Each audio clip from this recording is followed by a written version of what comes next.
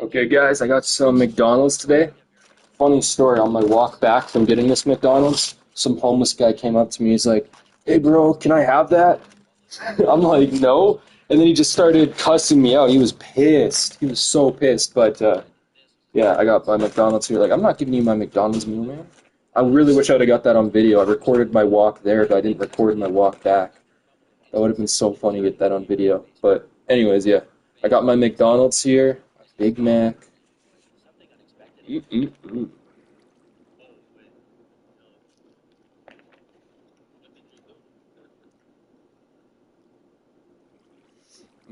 Had to fight off the savages for this.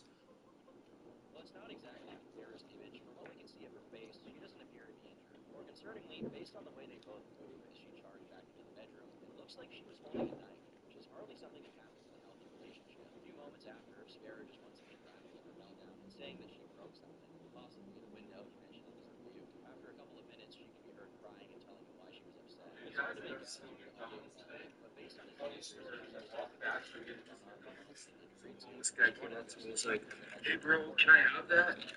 I'm like, "No." And then he just started cussing me out. He was pissed. He was so pissed. But yeah, I got my McDonald's here. Like, I'm not giving you my McDonald's meal, man. I really wish I'd have got that on video.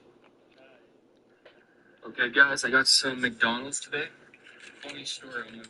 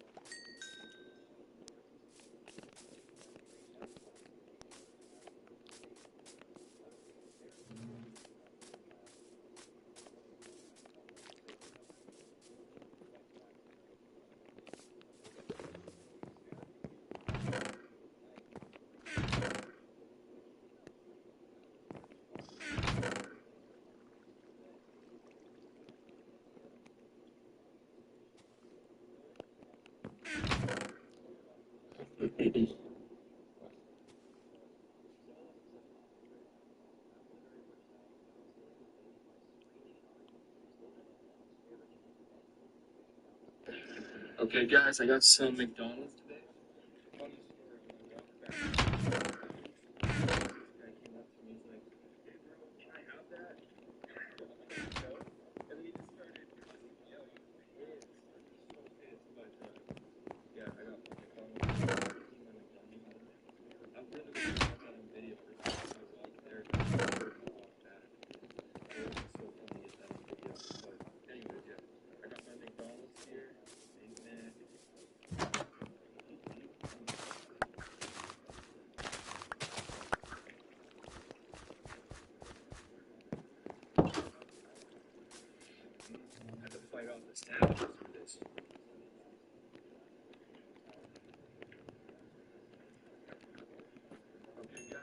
some McDonald's today.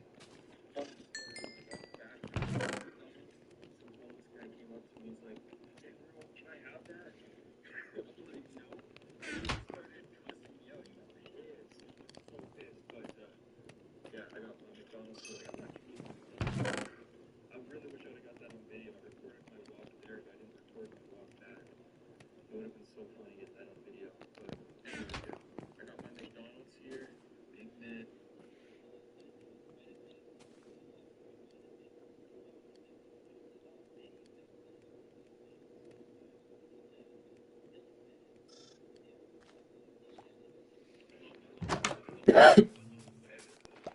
Can y'all hear me? I don't know if I'm on the right headset or the right microphone, but yeah, I think I'm on it. So I gotta open this up with my phone. Actually, I can just. Let's see. Oh yeah, it sounds good. It sounds good. Okay. Okay. Get to it. No. Every time.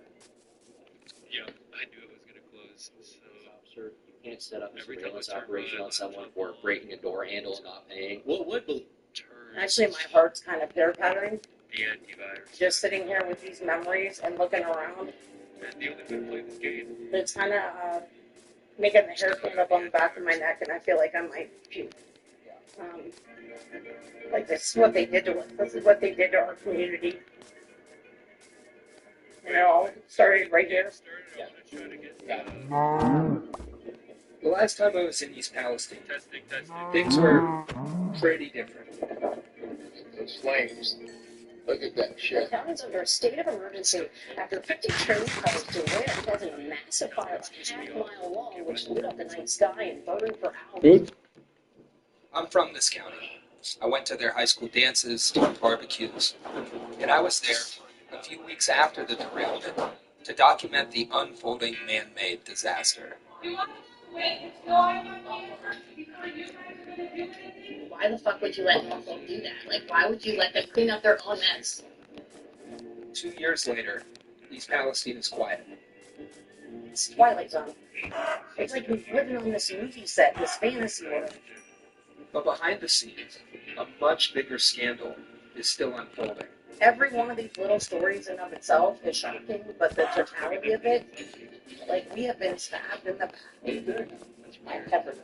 Do you feel like Norfolk Southern paid as big a price as you did? You got to be outside your mind. You must be outside your mind. I wish there was one smoking gun here. The problem is with East Palestine, there's about 30 smoking guns. There are no accidents. This derailment was 100% preventable. I'm a transporter. He needs to make this right. He has the ability, the opportunity to.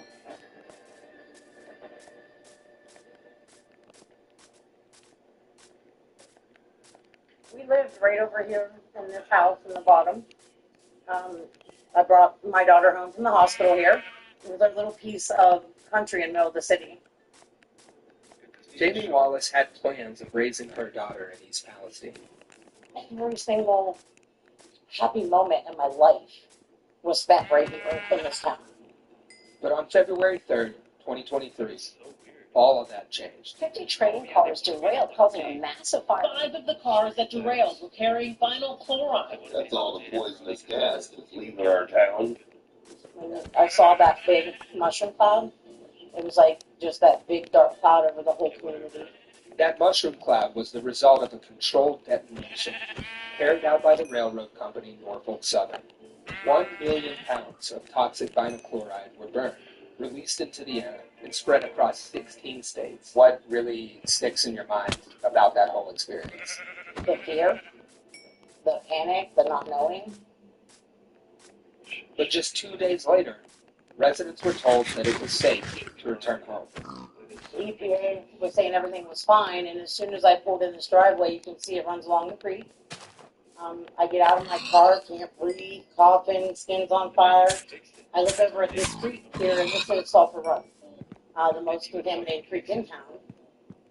And instantly I knew something wasn't right. Jamie didn't stick around much longer. She took her daughter to a rental outside of town. But most residents did stay, trusting state officials who said that it was safe. When you heard that at the time, did you believe it? What was it? Absolutely. It's our government. They're not going to lie to us. Why would they put us in danger? Chris Albright lives with family a half-mile away from the tracks. The night it happened. And which window? Looking right out this window. Just 2 weeks after the derailment, his symptoms started setting in. I couldn't breathe. Yeah, I couldn't walk from here to the door without stopping. Chris had been healthy and active his whole life, but by the middle of March, he was diagnosed with severe heart failure. I really thought that I was going to be dead soon. I really thought I was going to be dead. With my health condition, there was no way I could stay in the house. There was absolutely no way. So he and his family packed up and moved to a hotel outside of town. Oh, yeah. We had one room. That's what we lived in for 4 months. How did it come to an end? Was it safe to go back or something, or when did you move? We ran out of money. When we left, I had $40 in my savings account. $40. Really weird. I'm still suffering health effects, and they want me to go back to this house that I know was not safe to go back to. To this day, the EPA and the state of Ohio still claim that East Palestine is safe. But in just the last 2 years, hundreds of residents have reported getting sick. Look at my eyes. I look crazy. My skin has been red like a lobster. Federal workers actually got sick while they were surveying East Palestine after that derailment. They showed symptoms similar to what other people have been talking about. I've been diagnosed with asthma. I have periodontal disease and my teeth are falling out.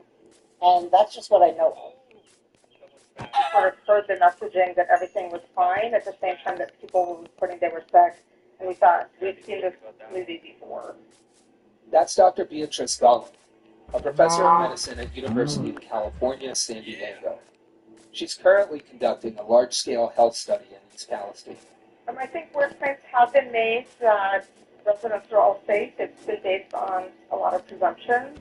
The safety for many of those chemicals is simply not known. There's not been no or very limited human testing. And even if it is true that East Palestine is now safe, that doesn't erase the toxic exposure that already took place. I think there's often a misunderstanding that when the toxin goes away, the injury goes away. But when the hammer that hit a person's head goes away, the problem from that doesn't go away. Look at 9/11. It took how many years before the illnesses started showing up? And when they say no one died yet. Dr. Gollum's study is still ongoing, and it could be years before residents know the full effects of the toxic plume that engulfed their town. But there is one thing we do know, thanks to a recent investigation into Norfolk Southern, which revealed that all of this was unnecessary. They lied. We didn't need to blow those trains up. They lied. They were making this pitch that an explosion was inevitable, but the science of this proves otherwise. Jared Cassidy is the safety lead for the largest rail union in the country, and he was part of a major federal investigation into Norfolk Southern's crucial decision to conduct a vent burn. When you look at what took place in East Palestine, we have cars on fire, a derailment that has caused catastrophe across the entire community. And so now we have the commodity, the oxyvinyl, that's starting to heat up. It's becoming unstable. The railroads called into the war room all of the major players that are part of the emergency response, which did include the governor, it did include state police, and included the volunteer fire chiefs. And the railroads make the pitch that, look, this is the situation. The temperatures are rising. We believe that polymerization is imminent. And the best course of action is to do a vent burn. But outside of the room is oxyvinyl, the actual producer of the commodity, the one that understands the volatility and all of the reactions that can take place. And they're not being allowed a meaningful voice into the conversation. And so the railroads just keep pushing this, hey, it's in trouble, it's in trouble, it's in trouble. And ultimately, it's the volunteer fire chief who's the one that makes the decision. But because he's out of his lane, he's relying on the railroad's information. We were told based upon the conditions at hand, in order to do it that day, we had 13 minutes. And so the folks that are responsible, theoretically, for the decision-making don't have the education or the information they need to properly consider what's being thrown out. and they rely on the railroads that, hey, they're telling me the truth. Unfortunately, while they're making these decisions, the temperatures of the cars are actually starting to trend downward. It's going down. Yeah, the line's going down. It is going down. That is indicative of a commodity that's stabilizing. The fact is we were heading in a good direction. And they decided to do the vent burn anyway. Thank you, Madam Chair, and thanks, Chair Holiday, for being here and for all your work. In March of 2024, after a year-long investigation, the National Transportation Safety Board confirmed what many people had feared. In order for polymerization to occur, which was Norfolk Southern and the contractor's justification for the vent and burn, you would have to have rapidly increasing temperatures and some sort of infusion of oxygen, neither of which occurred. Oxyvinyl was on scene. They believed polymerization was not occurring and there was no justification to do a vent and burn. What you had was a railroad that was trying to rush the cleanup, trying to prioritize the moving trains above all else. And so they manufactured a story that ultimately was proven to not be true. There was another option. Let it cool down. It was cooling down. When you look at the railroad industry, there's always something in the back of every decision they make, and that's a profit margin. This is a really, really troubling set of circumstances. This town very well may have been poisoned to facilitate the rapid movement of freight. I want a response from Norfolk Southern that we can look back 5 years from now, 10 years from now. We can be proud of how Norfolk Southern responded, but more importantly, the folks of East Palestine can be proud of how Norfolk Southern responded 5 years from now, 10 years from now. And we're on that path.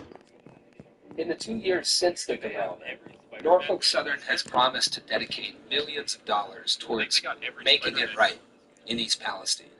They gave us the old train depot that's been sitting there dilapidated for years. I think they spent like $1 million allegedly to renovate it. We had the street fair the 1 year. They paid for all the rides for everybody. Nobody had to pay anything.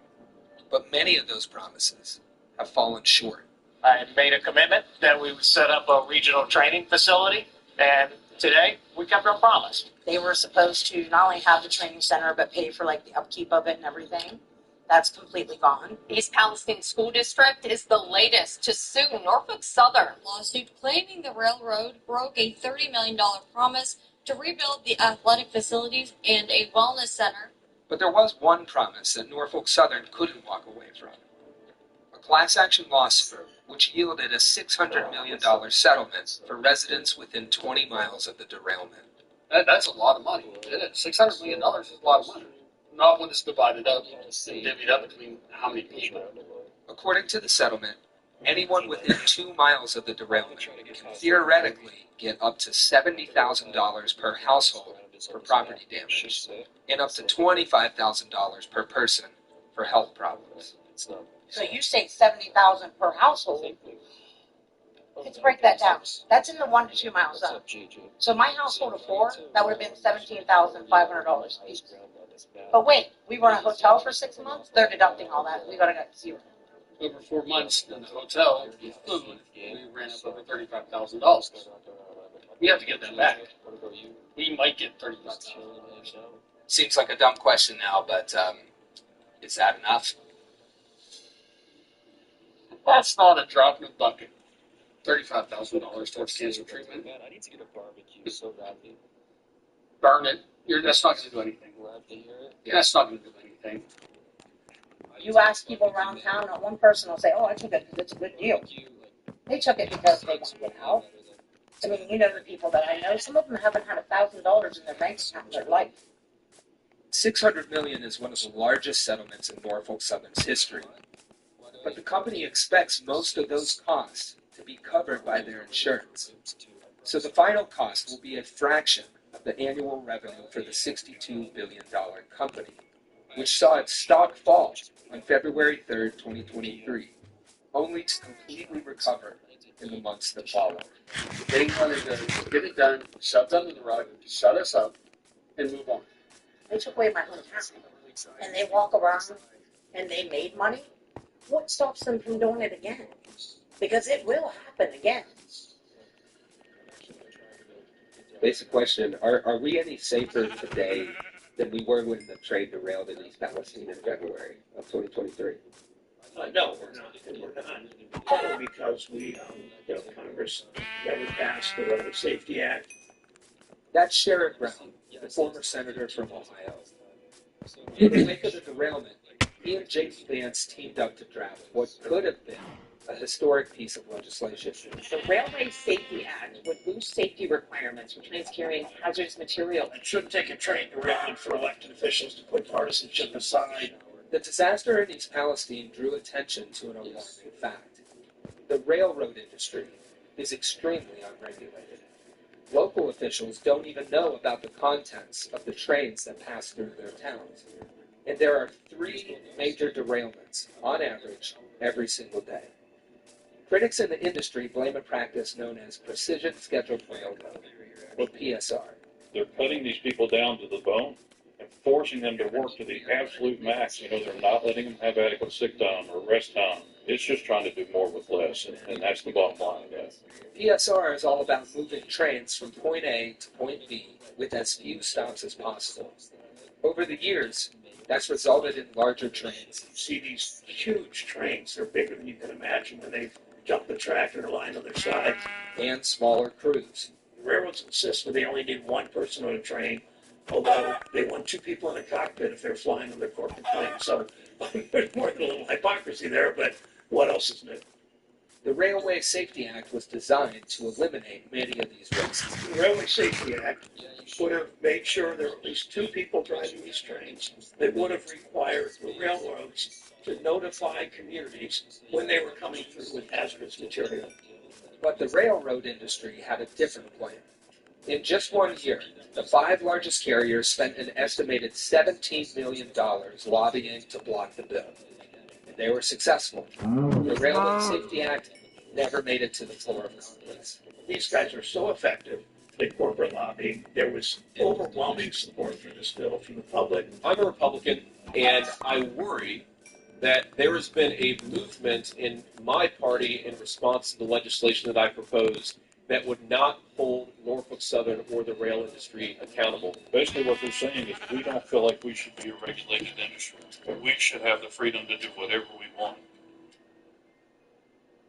As mad as I am at Norfolk Southern, I think I'm more pissed at my government. I used to be proud to be an American. What hillbilly isn't? And now I'm not a proud American at all. I'm a really pissed off, upset, betrayed, lied to American. And when you break my trust to the level of my child's life, that's my child's life. What would you do? On the 2nd anniversary of the derailment, Jamie and Chris joined hundreds of other residents in filing a new lawsuit, claiming that Norfolk Southern, the EPA, and the CDC had all failed to protect them. Every step of the way, we've had to fight. And that's what I learned. No one's going to fight for us. We have to fight for ourselves. Do you know how many politicians I've talked to and how many promised they were going to help? I didn't give a shit if you were Republican or Democrat. If you would talk to us, we talk to you. Fast forward, J.D. Vance gets elected vice president. I've heard from none of them. We're still sitting here sick. People are still suffering. And where is he? At this point, you see the corruption, the lies from every one of our agencies. Unless the president says we're going to make this right for these people, it'll never be made right. In February, Jamie wrote a letter to President Trump calling on him to sign a major disaster declaration and to deliver universal health care for anyone in East Palestine who needs it. I'm a Trump supporter, but he needs to make this right. Something needs to be done. Yeah. Something needs to be done. We went through Biden, we didn't do anything. This is your chance. Come here and fix this.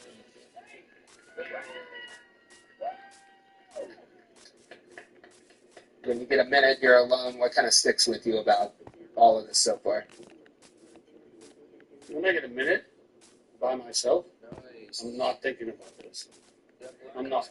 I'm thinking about going golfing tomorrow. I'm thinking about fishing. I'm thinking about my family. I'm thinking about anything but this. Anything I can to not be a part of this. There are times you need to step away for your own health, for your own sanity. You have to step away from it. It's a lot of weight for anyone to carry. And for one person that I knew, it became too much. I just don't trust their results. We're all ending up sick, and they're telling us it's safe, and everything's at a safe level. I spoke with Courtney Miller after my last trip to East Palestine. We texted back and forth about how she was getting sick and wasn't getting the answers or the help that she needed. But we were never able to connect in person. That's because on August 21st, 2024, Courtney took her own life. We paid a visit to her home, which sits next to the tracks, along the banks of Sulphur Run, one of the most impacted creeks in town. I've spoken to Courtney's family. The wound is still too fresh for them to talk about on camera, but they gave me permission to quote their belief that Courtney's passing was 100% related to the derailment. For the people of East Palestine, what happened on February 3rd, 2023, was a one they may be dealing with for the rest of their lives. For Norfolk Southern, it was just another Friday. You're from this area. You know, when someone first said Sacramento. Well, what the hell is a Sacramento? That's us. Well, but we grew up here. When it's all around you, I don't think you even notice it until you step outside the box and you look from outside looking in. There's railways all around this country. If you ever notice, they're not in like the rich part of towns. They're in our neighborhoods. They're in our best neighborhoods. There's an unwritten law of big business in America. If you have enough money, you can get away with almost anything. And if you don't have money, Well, that one there was when my heart was bad. And that's just a reminder of what I've been through. You know, it's really stupid. Hell yeah, I haven't played it in a long time, man. I would love to play Buried again. Definitely one of my favorite zombies maps. Such a good map. You know what's really stupid about this game though, man? The Ray Cave? What's that? I don't remember the Ray Cave. I don't really know all the gun names. But you know what's really stupid about this game, man? If you never played the newer Call of Duties, we should just say it. Canada's kind of a fake country, right? I think we're kind of realizing it. Like, we're in a situation, we have so many monopolies. Like, I just found out that Bell and Rogers are raising their cell phone plan prices. These are already the most expensive cell phone plans in the world. Canada, are you okay? Honestly, that's a serious question towards everyone living in Canada. All the leaders, institutions, and politicians in this country. Are you okay? Are we okay in Canada? We're going to talk about healthcare, the job market, and safety here in Canada. With that being said, let's dive straight into these videos today. I've never been so pissed off. I just walked out of a cardiologist appointment that I had scheduled for 11:45 with a specialist, the doctor, to go over my heart tests. Tell me why I waited over an hour before I had to stand up in a full waiting room of people who have been there over an hour and say, hey, when am I going to get seen by the doctor who was supposed to see me over an hour ago? To which she responds, sorry ma'am, I do not know. And then I'm like, okay, so previously for an appointment where I will be seen with the doctor. And he said he would see me. Like, it's absolutely mind-blowing to me that doctors and healthcare professionals can expect us to show up on time for things, early for things, charge us if we're late, and they don't have the same decency. Like, they have the gall to make us wait hours as if we don't have lives. Well, that's just Canada Healthcare for you. Fuck off. That's a walk-in clinic, right? So obviously it's going to be very busy, and the reason why walk-in clinics are so busy is because it's so hard to find a family doctor in Canada. Some people have to wait months, even a year, to find a family doctor. Well, if anybody else out there is like down to the top with this government colony in Canada, I used to love this country, but now, sorry, I'm done. I have to leave. I never thought I'd say this, but I have to leave. Like, we're looking at a place in Dubai, in Abu Dhabi or Dubai, because it's tax-free. What you earn, what you make is yours. It's clean. It's safe. You want to see a doctor, you see a doctor the same day. You can walk down the street naked. Well, you can't, but if you wanted to, no one's going to touch you. No one's going to break into your house, steal your car. No one's going to steal your cell phone. No one's beating up old people. You are a nice person and you get treated as such. Here in this country, the nicer you are, the worse you get treated. So you know what? Bye, Canada. I think it's time to leave. And leave them to it. Let them all pay their own taxes and save everybody. Yep. That's crazy that she's leaving the country due to safety mainly above everything else. Canada used to be the country other people would come to for safety. Now that's not the case. In fact, people are leaving to go somewhere else for safety. I've always found this very contradicting, but if you guys don't know, I'm from Canada, known as a first world country, and I went to Vietnam a couple months ago, known here as a third world country, and it's so fascinating because here, whenever I step outside, especially going to downtown, I see a whole street of people doing drugs, homeless, gangs, where in Vietnam, I didn't even see any of that. Like, how is a poor country doing better than us in those areas? We're known as a rich country, yet when you step outside, it feels like a third world country. So whenever people call Vietnam a third world country, I'm just like, man, have you even stepped outside in downtown Vancouver yet? Because that feels like a third world country. And if one of your more expensive cities, actually probably the most expensive city in Canada, looks and feels like a third world country, you know you're in some trouble. I want you to know that half of me is incredibly happy to tell you this. For the people who will be able to take advantage, and half of me is so incredibly paralyzed with fear to tell you this.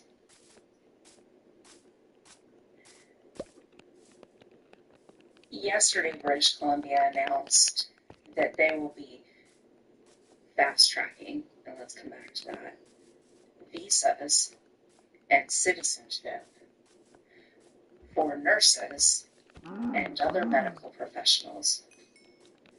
And quickly, other Canadian provinces followed suit.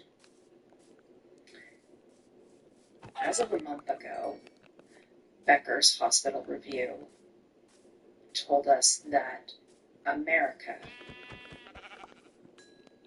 only had about 50% of the medical professionals we needed to meet the demands of our American citizens. 50%.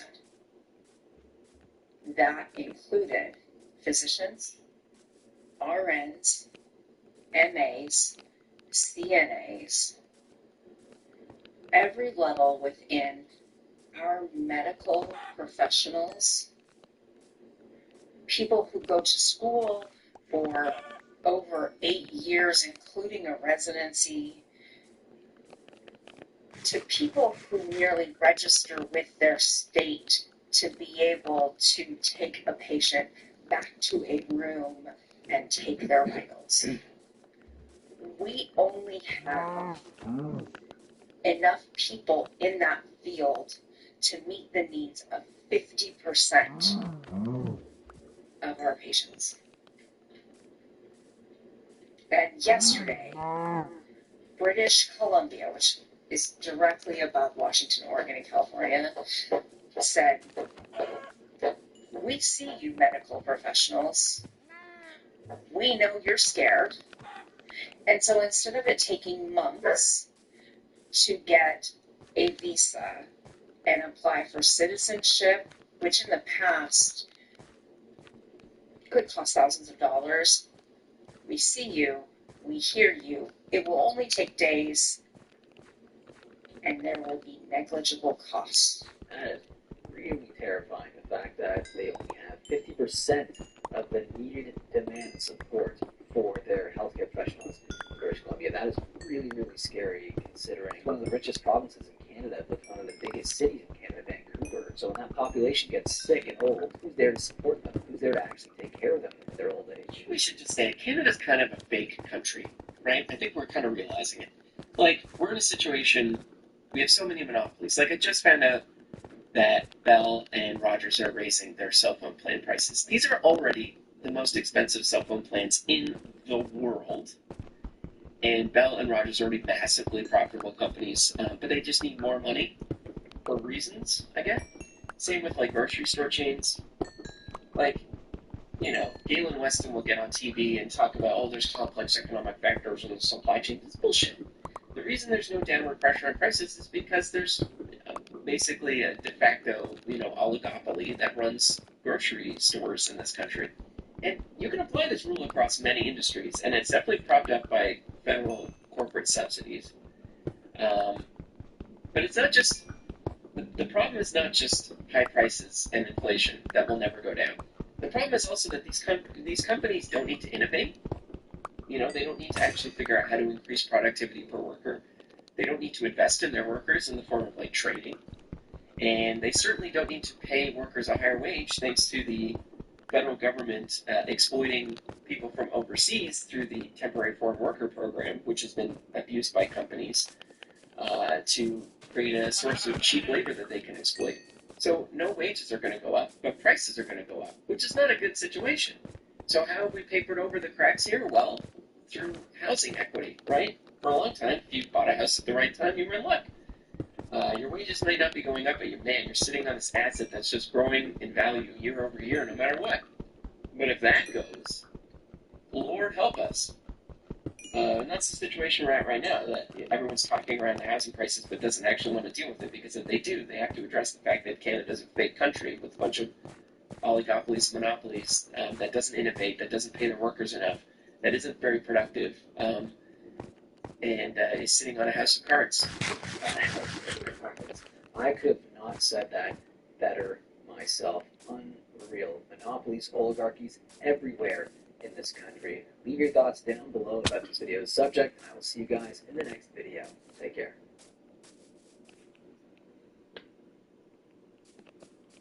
Okay, so we're going to get rate announcements tomorrow in both Canada and the United States. Let's get more from Etienne Bordelot-Labrec, VP and Portfolio Manager at 9 Point Partners. It's great to see you. Thanks for joining us. My pleasure, Andrew.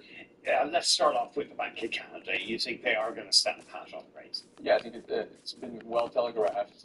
Governor Macklem several times told us we are in a good place. We lowered rates a lot. There's a lot of uncertainty, and we need to see how this plays out, this push and pull between a weaker economy on the service side, service inflation slowing down, housing slowing down, at the same time goods prices moving back up because of the trade war. And so core inflation in Canada has been around 3% for the last several months, so I don't think they're very happy with that. So higher than the 2% they want to see. Yeah, exactly. Yeah. So headline inflation is distorted by the removal of the carbon tax by the Carney government. But if you look at core inflation, it's not going in the right direction. So I think that doesn't really give any ammunition for the Bank of Canada to cut rates tomorrow. And this is even before the tariffs kick in. Yeah, we have seen a little bit of pass through, and it's really a matter of how much they want to retaliate as well. We haven't really seen a trade deal from Canada yet. Most other countries that have cut a trade deal with the U.S. have decided not to retaliate, so they're taking a big cut on their own tariffs and essentially seeing most of their goods tariffs going into the U.S. So we've seen what happens with that, but we're starting to see a little pass through, but not a whole lot. Could we be done with interest rates by the Bank of Canada? Yeah, some people say that that's the case. Some people still think that they might be cutting a little bit more. Right now at 2.75%, we're right in the middle of what they call the neutral rate range. So that's the rate of interest that doesn't stimulate or constricts the economy. The trade war has impacts on very specific sectors so far: steel, aluminum, copper, the auto sector. So monetary policy is a very blunt tool, and so perhaps it's better for the federal government to intervene and help these industries very specifically, as opposed to a massive dose of monetary stimulus. You and I both just renewed mortgages, and I went fixed term. I think you did the same, because I was worried that inflation could surge and push up the cost of a variable mortgage. Yeah, so if you think about the 5-year fixed mortgage, it's really dependent on what 5-year rates do. So what the Bank of Canada does is not that relevant to a 5-year mortgage. 5-year mortgages are backed or linked to what 5-year interest rates do. And what we've seen so far this year is, think about the Bank of Canada, we've cut 50 beeps this year, but the yield curve has been steepening, meaning 5-year interest rates are roughly flat from where we started the year. 10-year and 30-year rates are actually higher. So if the rate cut cycle's over, and I'm not saying that's the case, but if it is, then we should expect a further steepening of the curve. That's historically what has happened. So you might have done a good thing renewing your mortgage at a fixed rate for 5 years, because 5-year mortgage rates might be going up a little bit, not down. What about the Fed?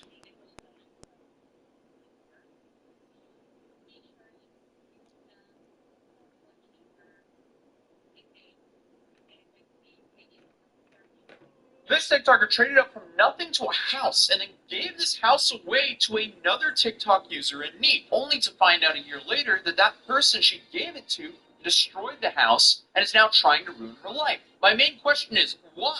But it's safe to say that what started as one of the more wholesome stories to come out of social media recently ended up in becoming one of the most heartbreaking examples of kindness being taken advantage of. So, this TikToker spent 18 months of her life trading up from a bobby pin to get a house. She then completely renovated it and gave it away to someone in need, only to find out that it was destroyed and abandoned roughly a year later, followed by accusations that she was a fraud. And the worst part is, the one who accused the TikToker of being a fraud and destroyed the house was the same TikToker who had been given the house in the first place. How does that even happen? But before we dive into that story, if you've never heard of the whole trading up concept before, it's essentially what it says on the tin. You start with something completely worthless, and then you just keep trading it up until, I guess, you're happy. And if you stay persistent enough and are lucky enough to meet a bunch of kind people and you're very public with it on social media, you could end up with something pretty amazing, especially when you tie it into doing something charitable. And this whole thing was popularized back in 2005 when a man by the name of Kyle McDonald began with just one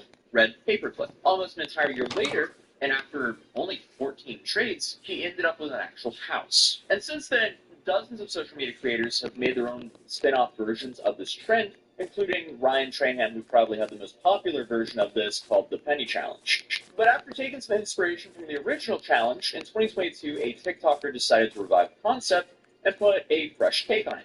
Instead of keeping the final reward she ended up with, she chose to give it away to someone who actually needed it. And unlike back in 2005 when the original creator of the One Red Paperclip project first attempted it, we now live in an era of masses being on social media. So turning this journey into content was a no-brainer, and no doubt helps tremendously with this challenge. So meet Demi Skipper, the TikToker who saw the One Red Paperclip as a chance to do something positive. She created the Trade Me project, in which she started to trade from a single bobby pin with the ultimate goal of eventually ending up with a house. Here she documented her entire journey on social media channels, posting videos of each trade as she slowly worked her way up from that bobby pin to increasingly valuable items. So I can't buy anything, I can't use any money, and I can't trade anyone I know.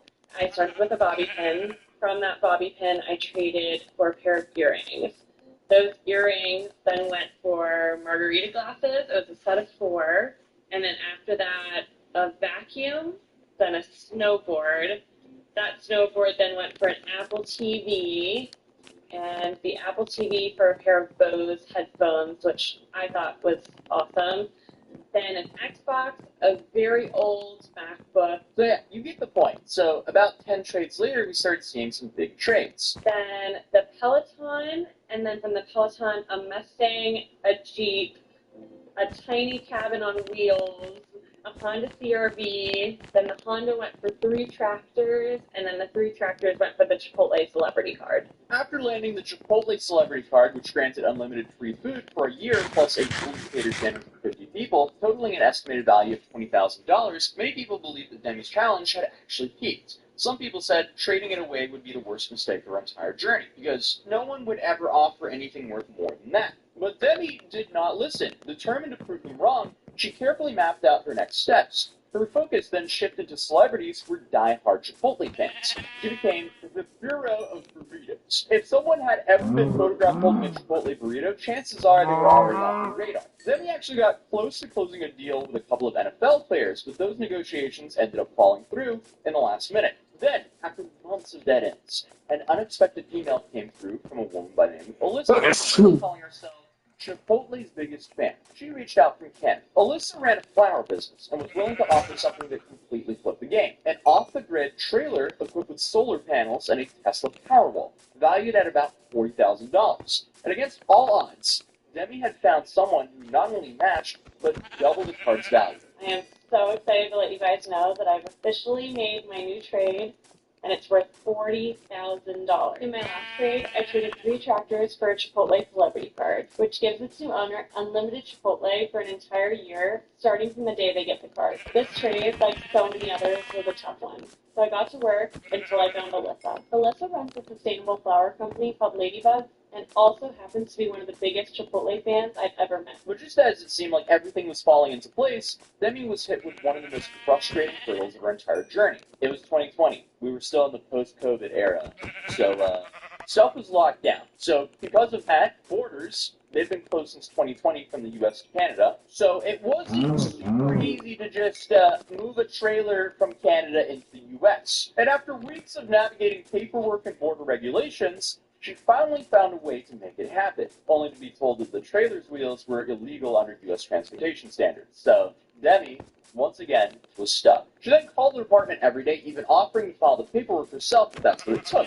But there was no way around it. She had to wait. For 3 entire months, the $40,000 trailer sat untouched in Canada. Eventually, though, a kind follow up the project offered to pick up the trailer and store it in the driveway near the U.S. border until Demi could get it. So she and her husband packed up their car and drove 15 hours north. Once they finally laid eyes on the trailer, they decorated it, photographed it, and got it ready for the next trade. And before they even made it back home, the next opportunity had already come knocking. Because while her husband was driving them back home, Demi was back on the grind, scrolling through messages, searching for her next trade until she found a DM of a woman who showed interest in the trailer. So Demi messaged her back to see if there was any real potential here. The woman revealed that she was a professional house flipper, someone who'd owned around 15 properties at a given time. Apparently, she'd been following the Trade Me project from pretty much the very beginning, just waiting for the right time to come along. And she wanted to trade one of her homes, a house in Tennessee, for the trailer. Okay, we're walking up to it. This feels so surreal. Oh my god.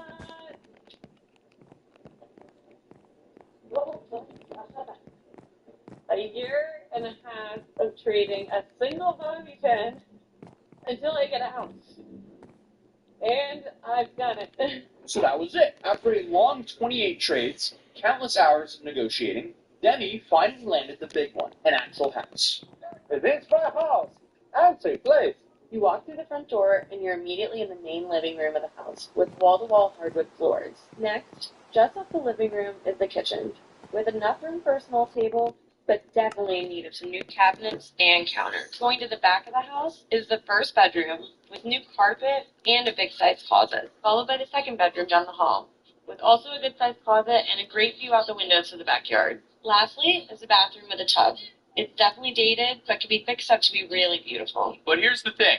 The house she ended up with was pretty much falling apart. Not only were there a lot of structural issues, but it was genuinely just very outdated. We got a call that things weren't going as planned, so we went to go check it out. First, the structure that's supposed to keep the wall up doesn't actually connect to the ground. It looks like it's completely rotted away. Second, there's nearly nothing holding up this floor. Right here you can see 3 joists, but there's supposed to be many more of these. And then it rained. And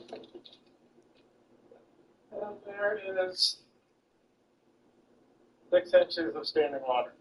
However, Demi and her husband, they were not going to let that stop them, so they decided to renovate the entire place from top to bottom. And it's safe to say, they absolutely crushed it. And here's what it looks like now. We fixed the foundation, put in new hardwood floors, completely redid the kitchen with all new appliances, added a washer-dryer in the hallway, new beds, including a bed for her dog, and a brand new bathroom.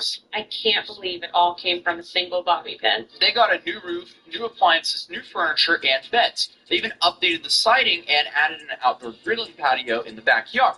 I mean, they turned this entire old-looking house into a brand new home. And the fact they did all of that just to provide a home for someone else is extremely impressive. Once the renovation was complete, Demi put out a word that they were looking for someone to take ownership of the house, and they started accepting applications. And I can only imagine how tough this time actually was, because they received over 2,000 submissions from people explaining why they needed help. And after reviewing all of them, one person stood out above everyone else. Her name was Shay. She was a 19-year-old woman from Pennsylvania. In the video of her submission, Shay explained that her mother had passed away in a car accident when she was just 2 years old. So she and her siblings moved in with their dad. But then he unfortunately got cancer a few years later, became very depressed, and ended up. So she then moved in with her grandparents, but her grandpa passed away, and her grandma got pneumonia and had been hospitalized for an extended period of time. During the time her grandma was in the hospital, her uncle moved in. And according to Shay, he was abusive and had problems with alcohol. And when her grandma then eventually came home from the hospital, she just wasn't the same person anymore. That same month, my grandmother was discharged from the nursing home, and that gave me a little bit of hope, and I thought that maybe it would switch the active bit and everything would be good.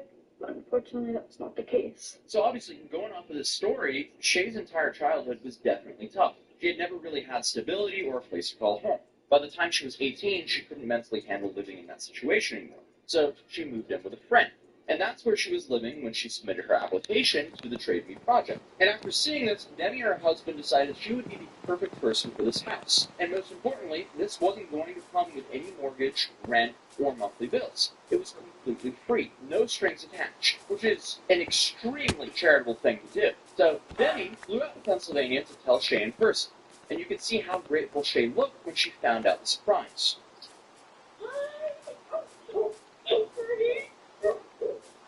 We came all the way here because I felt like I wanted to see you in person, and I'm here to tell you that the house is gone. It's gone. Yeah. And it did not stop there.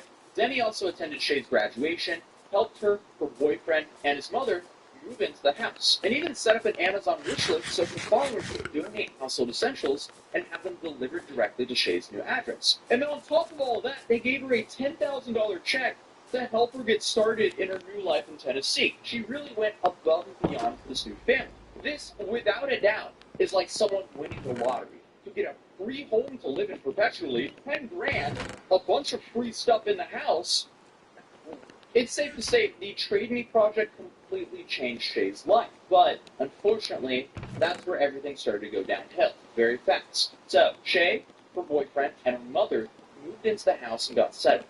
And for a while, everything seemed fine. But then Demi started getting messages from Shay's neighbors. Apparently, there were several packages sitting outside of the house getting rained on, and the neighbor was really concerned about them. Demi immediately reached out to Shay to ask about it, and Shay explained that she was back in Pennsylvania visiting for a few days, and she couldn't find a flight back to Tennessee. Okay, no big deal. People visit their families. That's normal. Except, a week went by and Demi still hadn't heard anything from Shay, and the packages, they were still sitting there. So she then reached out again, asking if Shay was coming home yet or if the neighbor could drop off the packages. She also asked if Shay could take some pictures of the rugs, the house, because the company that donated them wanted to use those photos for marketing purposes. But unfortunately, there was no response. So she kept trying. And then finally, Shay replied, saying that she would be home that night and she would take the pictures. But that night came and went, and nothing happened. 3 more days passed before Demi reached out again, and Shay's excuse was she had only had Wi-Fi sometimes, which doesn't quite add up, but okay. So for the next 2 months, the same pattern kept repeating. Demi would reach out, get no response at all, or some random excuse to why Shay wasn't back yet, or couldn't do whatever she was being asked to do. Eventually, Demi just donated all those packages to Goodwill because she couldn't get a straight answer about when Shay would actually be there to pick up the packages. And in October, Demi finally asked the question that was probably on her mind for months. She flat out asked Shay if she was actually planning to move into the house, because if not, she wanted to give it to someone who would actually live there and appreciate it. And Shay's response was interesting, to put it lightly. She said she definitely planned on moving in, but admitted that she had booked flights multiple times and then canceled them in the last minute because she was scared. She mentioned being afraid because she didn't have a driver's license and would have to rely on buses or Uber to get around. She also mentioned her dog, saying how much she loved it there and how she wanted to pass the house down to someone else who needed it. Demi's response was incredibly understanding and patient. She said that she totally got it, and she said she was proud of Shay and she didn't mind managing everything while Shay figured things out. Despite Demi's continued patience and support, 14 months went by with basically no updates and no real communication. So, after 14 months of managing a house from out of state, with no real contact from the person who was actually living there, Demi and her husband decided they needed to drive to Tennessee to check on the property themselves. And what they found was so much worse than what they could have imagined. The house was completely trashed. There were urine stains on the floor, trash shoved in the closets, the kitchen was a disaster, and the fridge was full of rotten food. So August 13th, 2023, I actually went down to Clarksville to see what was happening with this house. She hadn't been there in 14 months, and this is where things get insane. We got to the house, and the house was completely ruined. Everything inside, but essentially there was pee on the ground. All of the garbage that had been used in the month that she was there was jammed into closets, so you can imagine what it looks like after 14 months. I've never seen anything like this. I cried in the front yard of the house. Just can't imagine that somebody would do this. And after 14 months of me talking with her this entire time and her saying she was moving back, we're just waiting, we just needed more time. And I honestly believed that. But this wasn't just neglect. There was intentional damage throughout the house. Things that would cost serious money to repair that had been deliberately destroyed. This place was basically uninhabitable after all of that work they had done for free, essentially. There was no real upside with all the effort that they put in to this house except for giving a nice home to someone who was in need. The amount of time, energy, and money they put into this place to have it look like this? Why? Why would someone ever do that to someone? So immediately after discovering the state of the house, Demi messaged Shay, confronting her about the condition of the property. She said that she was shocked and devastated from what she found, and that if she didn't hear back, she would assume that due to the property damage and the health violations, Shay would no longer have access to the house. This time, Shay actually responded with an apology. She admitted that she was lost and confused about being an adult, and that she was only 19 years old and didn't know what she was doing. Shay then said that she was sorry about everything and that she was upset and disappointed in herself as well. No matter how you've been brought up, you can easily recognize someone's generosity here. And to completely neglect that and use the excuse of, oh, I'm only 19 years old, that is just laughably stupid. That is pathetic. Probably most of you guys had moved out of my parents' house by the time I was 19. And I doubt any of us left our first home in that condition. So Demi rightfully reclaimed the house due to the extensive damage, and Shay accepted this with no resistance whatsoever. But then, 2 weeks later, as you can guess, the story just got even weirder. Shay then decided to post a TikTok video calling out Demi and making it seem like Demi had just decided to take the house back for no good reason at all.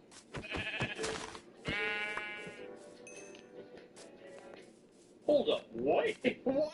So at this point, Demi had stayed completely silent about what had actually happened. She hadn't said anything publicly about the condition of the house or anything about Shay's months of absence. So then, I guess she had to make this video. You might have seen this video. In order to protect Shay, I had decided not to post anything about this entire situation, but now it's time to come with the receipts. But when Shay posted that original video, Demi started getting bombarded with hate comments and messages from people who essentially thought that she cruelly took the house away from someone in need. This basically forced Demi's hand to provide all the receipts. So she had no choice but to share the screenshots of their text conversations and explain what had actually happened. The months of no communication, the trash house, everything that we've covered up until now. And after Demi's side of the story blew up, it didn't take long for Shay to make all of her social media accounts private and remove all of her content. And as far as I know, since Shay never signed off for the house transfer documents, Demi still owns the house, and presumably had to spend even more money getting it back to a livable condition. However, after everything that happened, she understandably stopped sharing any future updates about this situation publicly, which is honestly just heartbreaking on every level. You have Demi, who spent so much time and probably tens of thousands of dollars turning a worthless bobby pin into a fully renovated house. Also, she could, I guess, try to change someone's life for the better. But then you have Shay, who, regardless of the rough circumstances, showed up and destroyed that dream. And unfortunately for Shay, that might have been the handout of her lifetime. Because honestly, I don't think there will ever be anyone else in her life that will step up for her like the stranger on the internet Demi did for her. The fact that it ended this way is just tragic for everyone involved. The truth is, we may never know the full story of what happened in that house during those 14 months. Was it just teenage irresponsibility? Was there some substance abuse involved? Maybe some mental health issues that weren't being addressed? Like, could it be that Shay was secretly renting the house out to other people, and they were the ones who destroyed this? Who knows? There's so many random possibilities here. Or maybe the problem was giving such a huge responsibility to someone so young who had never had any stability in their life. When you've never had a real home, maybe you don't know how to take care of it. Who knows? But what is clear is someone was given an incredible opportunity. A completely free house, no strings attached, along with $10,000 and a bunch of items, and somehow ended up trashing the place and disappearing for over a year. This whole situation is a reminder that real life is very complicated, and sometimes even the most generous gestures can go wrong with no.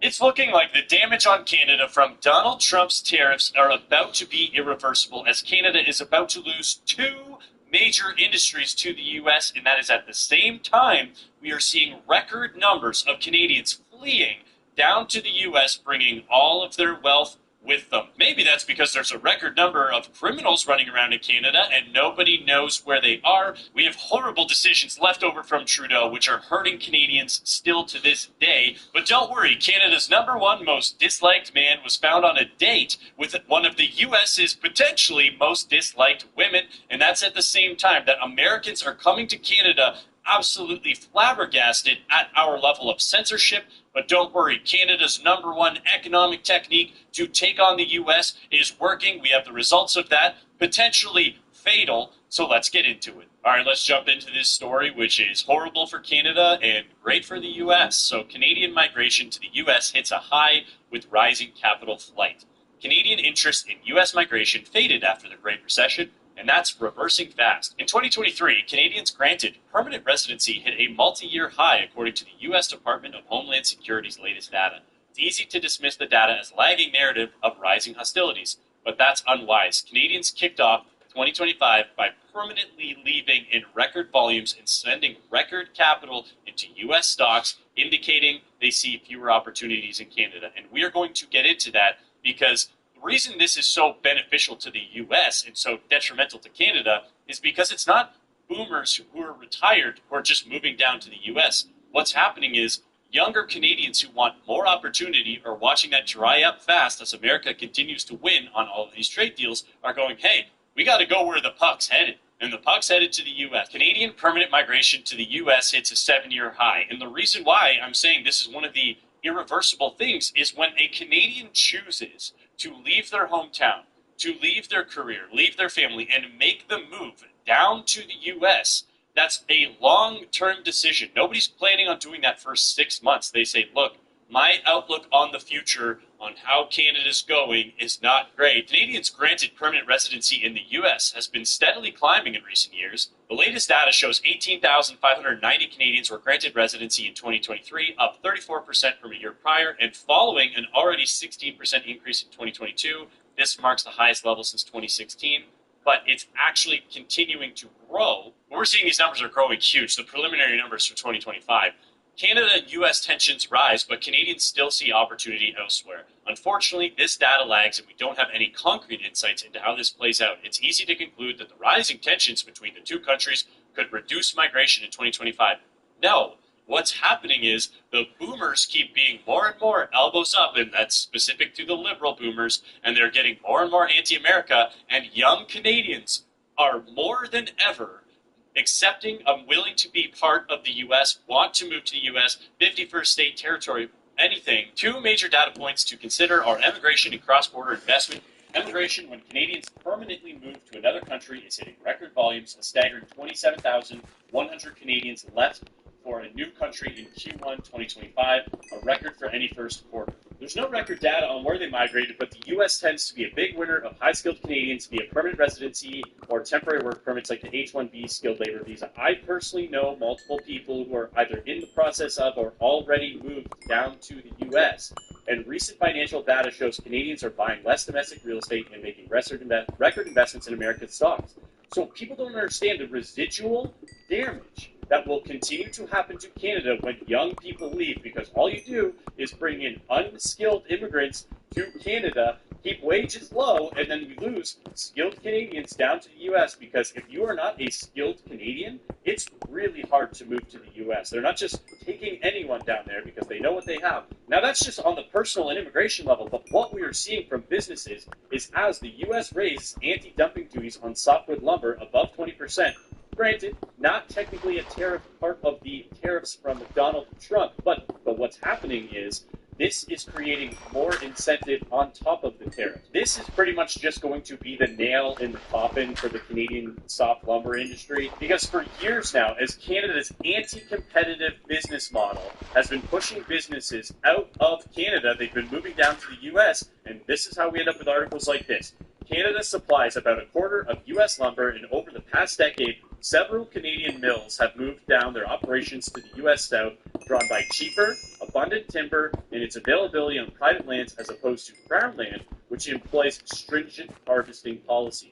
Disparity in log cost and availability are major drivers here, but Canadian investment in the region has certainly been partially motivated to moving operations where they avoid the impact of these duties. So, yes, the duties are part of it, but it's just as much legislation. Canfor, for instance, has been shuttering operations in British Columbia, citing challenges accessing economical fiber, losses, weak markets, and U.S. tariffs. So these were already companies incentivized to move to the U.S., and then when you got U.S. tariffs, they wanted to move down more and more. About 70% of Canfor's lumber business is now outside of Canada, while 80% of Pierre Weyerhaeuser's lumber manufacturer is now in the U.S. They said at their latest quarterly earnings call. So these are Canadian lumber companies, and 80% of their manufacturing is in the U.S. These are changes that will be irreversible, because why would you be incentivized to move back to Canada when you're in setting up full multi-million-dollar operations in the U.S.? You're paying less taxes,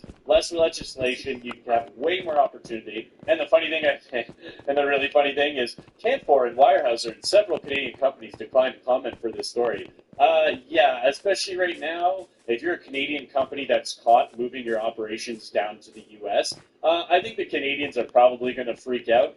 But I do think there's bigger fish to fry for the Canadians to freak out about. Possibly the almost 600 foreign nationals with criminal records due to be deported are missing by the CBSA, and for the Americans, that's the Canadian Border Security Agency. Canadian border agents are trying to track down almost 600 foreigners with criminal records who are due to be deported but have gone missing, 431 of whom have been found guilty of serious crimes such as unfriendly touching, let's call it that. And one has to wonder, how did Canada lose track of so many of these foreign national criminals? Well, unfortunately for the Americans, a lot of them have snuck over the Canadian border into America, but also, why were they able to do that? Because the CBSA has been moving away from detaining high-risk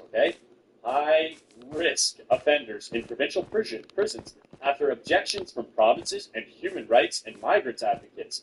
Oh, okay. Government plans to detain them instead of in federal prisons were shelved after an outcry from human rights groups, so the CBSA runs a number of immigration holding centers, including in Laval, Toronto, and Surrey. But do you know where a majority of these criminals end up? They end up being allowed to hang out at home. If you are a foreign criminal who is a high-risk criminal for being deported, do you think while you're sitting at home you're probably incentivized to commit more crime? Yes, they are, and that's why there's so many repeat offenders, because they know, look, I'm getting kicked out of here anyways. I may as well rob, steal, do everything I can on my way out. It's all because of the destructive empathy of the liberal boomers and the human rights activists who say we can't put criminals in jail, so instead, America gets to take some, the Canadians have to deal with criminals being let loose on the streets. And remember, these are foreigners, so it's a good thing that we're keeping them on our streets. And this is why Canadians are so distracted on top of issues like this. If you liked the video yet, we're trying to get these videos out in front of more people. We're trying to grow the channel, get the message out there. If you like what we talked about here, feel free to subscribe. Love to have you on board. Let's get back to it. Household debt as a share of GDP. Canada is at 103%. And I've seen people saying, like, oh, well, the U.S. is number 3. It's not that much better. It's 30% better. The U.S. is 30% better than Canada. So, yeah, I would say that they are doing better, especially because industry continues to move down to the U.S., which means that's only going to get better, even though the the U.S. government spends an insane amount of money. I'm not going to go around saying that the U.S. government is financially responsible. They're not. They just produce so much more than us. So these numbers look better for the Americans, and America becomes more affordable for the average person compared to Canada. And that's why we continue to lose our educated immigrants, which are the ones who we actually want from an immigration perspective. And then, yes, natural Canadians who are moving down with all their wealth, including, like we just saw, the lumber industry. But as we get these major announcements that the U.S. LNG producers stocks climb as EU agrees to $750 billion in energy purchases, these were long-term deals that Canada had the opportunity to compete for years ago. There's nothing that Canada can do to catch up now because Americans have been knowing, yes, we need to unleash our LNG production. What did Trudeau have to say about that? Well, Trudeau, when he was in power, said Trudeau has ensured there's no business case for oil and gas. That's $750 billion in energy purchases. So it sounds like there is a bit of a business case because that's only the EU. And at the time, where was the EU getting their LNG from that Trudeau thought there was no benefit to replacing? It's almost exactly a month ago that Germany made a 15-year deal for the supply of natural gas with the Kingdom of Qatar. Okay, Qatar was not Germany's first choice. Oh, I wonder who would have been. Maybe Canada, had we been able to produce? Readers will recall that the German Chancellor Olaf Scholz made a special trip to Canada, hoping, as a Reuters News report put it, that a democratic G7 ally would one day ship to his country liquefied natural gas to replace the Russian gas imports. Well, guess what? Looks like he got his wish, but it turns out it's going to be the United States who's going to be supplying Europe and not Canada. So yes, we lose investment, we lose production, we lose productivity, and again, you got to give credit to America here, you got to give credit to Trump because they are making themselves an area that countries want to work with and invest with, and that's why money continues to flood there. We know also that the great potential for natural gas in Canada is, and has been for some time, effectively under an overseas embargo from the lack of pipelines to ship it from Alberta to both east and west coast ports. The federal obsession with its global warming ambitions has effectively put the block to the development of oil and gas and cut Canada out of any arrangements to help those European states who foolishly put their energy needs under the dictatorial thumb of Vladimir Putin. So, as I've said in so many other videos, Canada has the ethical duty to produce these natural resources. Justin Trudeau was a climate zealot. We now have Mark Carney, who is a climate zealot, and Donald Trump is going to win huge. Although it's looking like Trudeau might be winning out on the end. It's crazy that this psychopath who spent 10 years destroying Canada literally said that he wants to make Canada a post-national state where it has no identity, gets to run off into the sunset and be on dates with Katy Perry, like I said, possibly one of the U.S.'s most disliked women. But still, we have them here in a restaurant going out, and he's single now. He's trying to get in the music industry because his son's out there like rapping or something. I don't know what his son's doing. But the fact that he gets off scot-free after spending a decade destroying Canada intentionally, it was his goal to make Canada a post-national state. He was a big censorship guy. He absolutely ran Canada into the ground, and that's why when Americans come up to Canada and they get interviewed on the street, they have answers like this, and they're so blown away. As a visitor here in Canada, I go on my Facebook page, and guess what I see in my scroll? Content not allowed in Canada. Content not allowed in Canada. Blocked over and over and over again. What is happening to the freedom here in Canada? What is going on? Why are the people putting up with this? Well, we're really nice and polite in Canada. I see a lot of conservatives who don't want to speak up. Like, we're so afraid now because it's happened for so long that we're afraid that we'll be discriminated against, we'll lose our jobs, and a lot of people actually have because they've spoken up against this. There's so many people that had to move to the States because they spoke up against this. So it might sound like she's being hyperbolic, especially for any of the Americans watching, but for the Canadians too, we've got a perfect example in this exact video that I'm going to show why it's worth speaking out when it comes to the freedoms, the issues that we're dealing with in Canada. As a conservative, as somebody who's, if you're right-wing, whatever you want to identify as, the fact is, You need to be able to stand up and you need to be able to speak your truth. You need to be able to acknowledge realities that these real problems exist. And I've said in other videos, I want to continue to say it, if you've noticed something with your eyes, you're existing in reality, and you are telling the truth, you are not in the wrong. If they tell you that the truth is bad, they are in the wrong. They are the crazy one. You have to be able to exist in reality and in truth. Because if we don't, we're going to continue to end up with horror stories like this. My beautiful friend Anthony unalived himself after his boss replaced him with an international student working full-time. Anthony spent hours each day applying for jobs for 6 months after graduation before finally landing his job.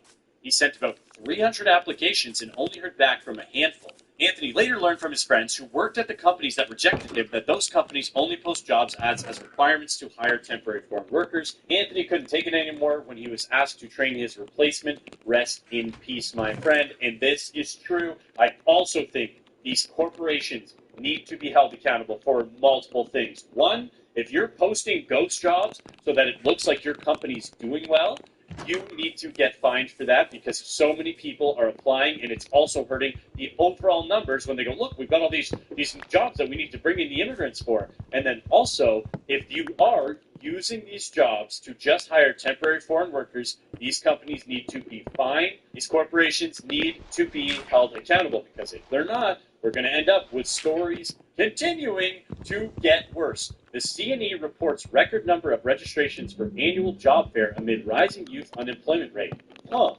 As youth unemployment across Canada continues to rise and one of the country's largest festivals is reporting a record number of sign-ups for its annual hiring fair. In a release issued Monday, the Canadian National Exhibit said it received a record 54,000 online applications to work at the fair this summer. The number is significantly larger than the amount of vacancies C&E is hoping to fill at the hiring event this coming Wednesday. There are 5,000 openings to work at the exhibition. The C&E says 1,000 roles have already been filled. This is after the labor force survey already showed youth unemployment hit 14.2%. And here's why we, again, need to exist in reality. 54,000 applications for 5,000 jobs. What's the number one reason we hear for why we need Operation Curry Bomb and unlimited immigration? Oh, these young people just don't want to work today.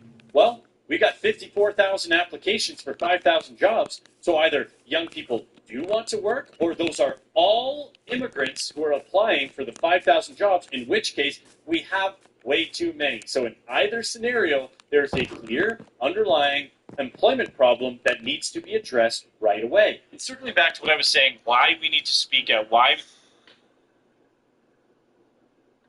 E! News has learned Katy Perry and Justin Trudeau sharing a meal together in his native Canada. In footage obtained by TMZ, the singer stepped out July 28th in Montreal to meet the Prime Minister, with the two seen sitting down at a high-end restaurant. Katy found time for dinner with the politician along the Canadian leg of her Lifetimes tour, 1 month after ending her engagement with Orlando Bloom, following a 9-year romance. Meanwhile, Justin's 2 years into his single era, after announcing his separation from wife Sophie Gregoire Trudeau in 2023, calling it quits after 18 years of marriage. The exes share 3 kids, Xavier, Ella Grace, and Hadrian. As for the parents of daughter Daisy Bloom, they've yet to break their silence over the split. But their reps confirmed to E! News on July 3rd, quote, Katy and Orlando have been shifting their relationship over the past many months to focus on co-parenting,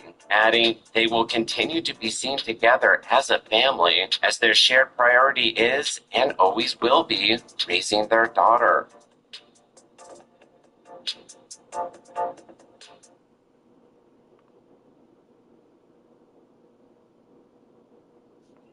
So this is the headlines today. Stock market today. China, U.S. discuss extending trade truce. So basically, Trump's trying to get a meeting with President Xi over in China so he can take pictures, shake hands, get more Instagram photos, that kind of thing. Let's see what Lednick has to say about what's going on.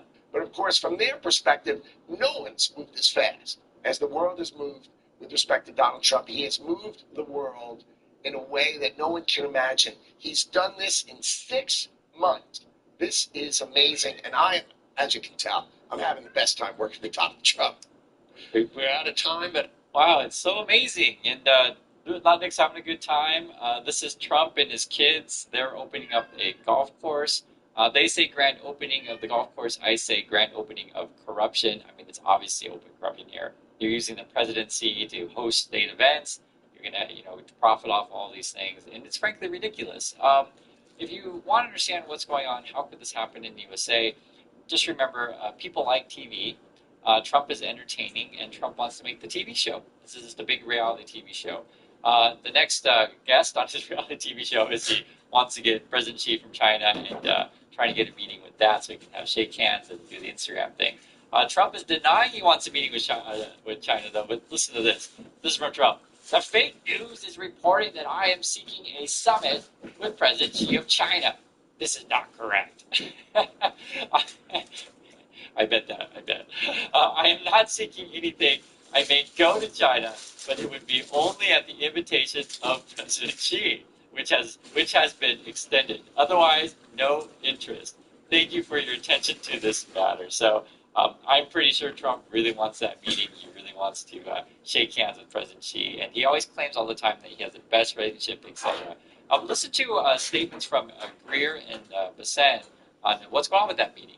Did you discuss a potential summit between the Chinese and U.S. presidents, the Chinese president, President Trump, and can you give us any timeline on what you're thinking about in terms of that? No, the only thing we discussed was there was a recent phone call between the two leaders. On that call, President Xi invited President Trump to Beijing, but we didn't discuss that at all. What we discussed was implementing the desire of the two leaders for the trade team and the treasury team to have trade negotiations with our Chinese counterparts. So our meetings were just to implement the will of the leaders, not to discuss if there would be a meeting. Can you just give it time? When was that call? Do you have it on? I think that was the June call, right? Yeah, it's June 4th or 5th. June 4th or 5th. Thank you. So all you have to know about this is like, hey, Trump really, really wants to meet with Xi. What's going on with that? And look at Greer's face. Greer's the guy on the right. So the TV show is crazy. This is also what's going on. This is the Trump people. They're suing, I guess, Amazon, eBay, Walmart. They're really, really angry that other people are selling Trump merchandise, because remember, the Trump people, they want to profit off the presidency as much as possible. This is a real headline. The controversial legal tactic the Trump organization is using to take down fake merch. Oh, God. What is this about? And this wouldn't be a problem if you weren't out trying to sell crap all the time, be it your gold shoes, red hats, Christmas ornaments, whatever. And they really do sell Christmas ornaments. I'm not making it up. Or whatever nonsense you're trying to sell. Bibles, right? This is what it says. A lawsuit filed last week claims online sellers on platforms like eBay, Amazon, and Walmart are hawking goods that infringe on the Trump organization's trademark. Here's a quote. Defendants designed the online marketplace accounts to appear to be selling genuine Trump products while selling inferior imitation of such products.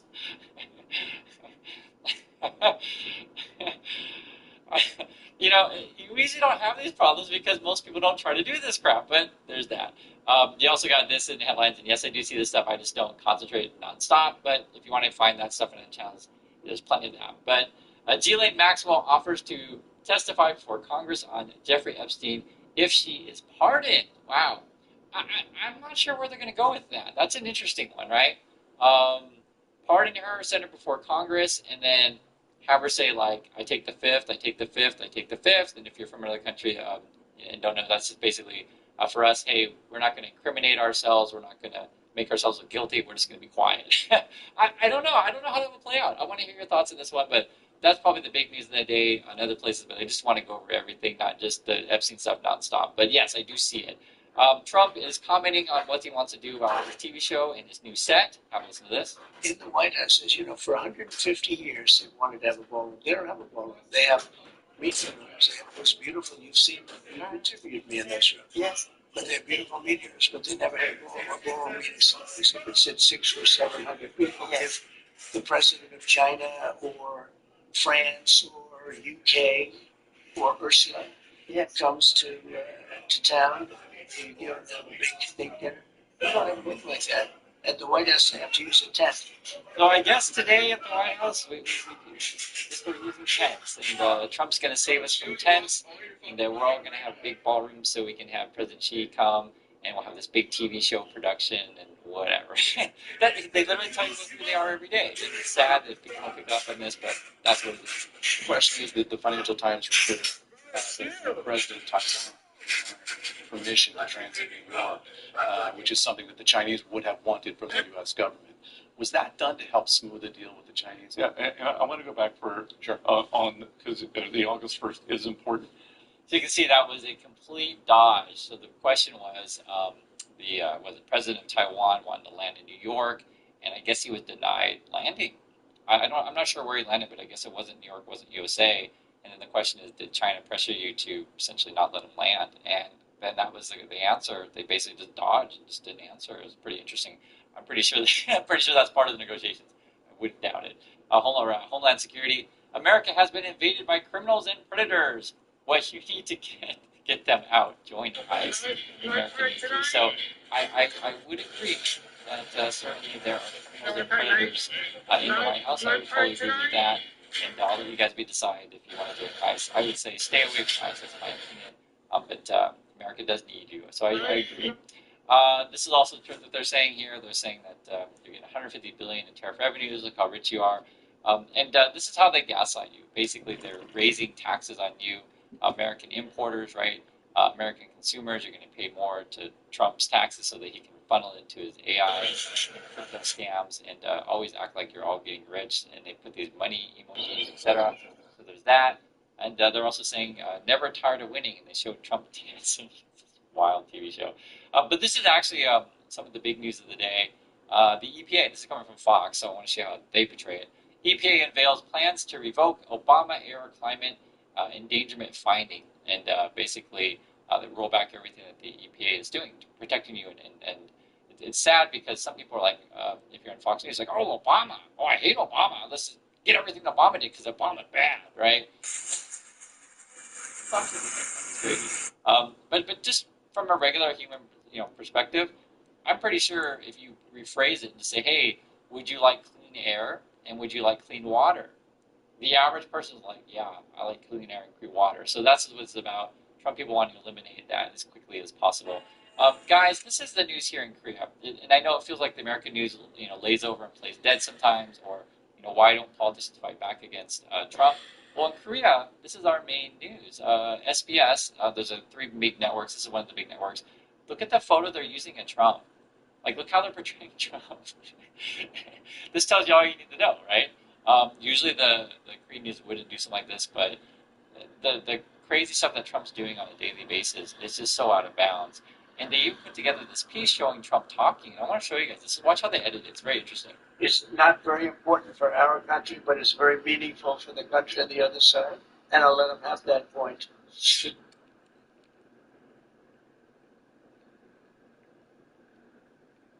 China isn't waiting for the next crisis.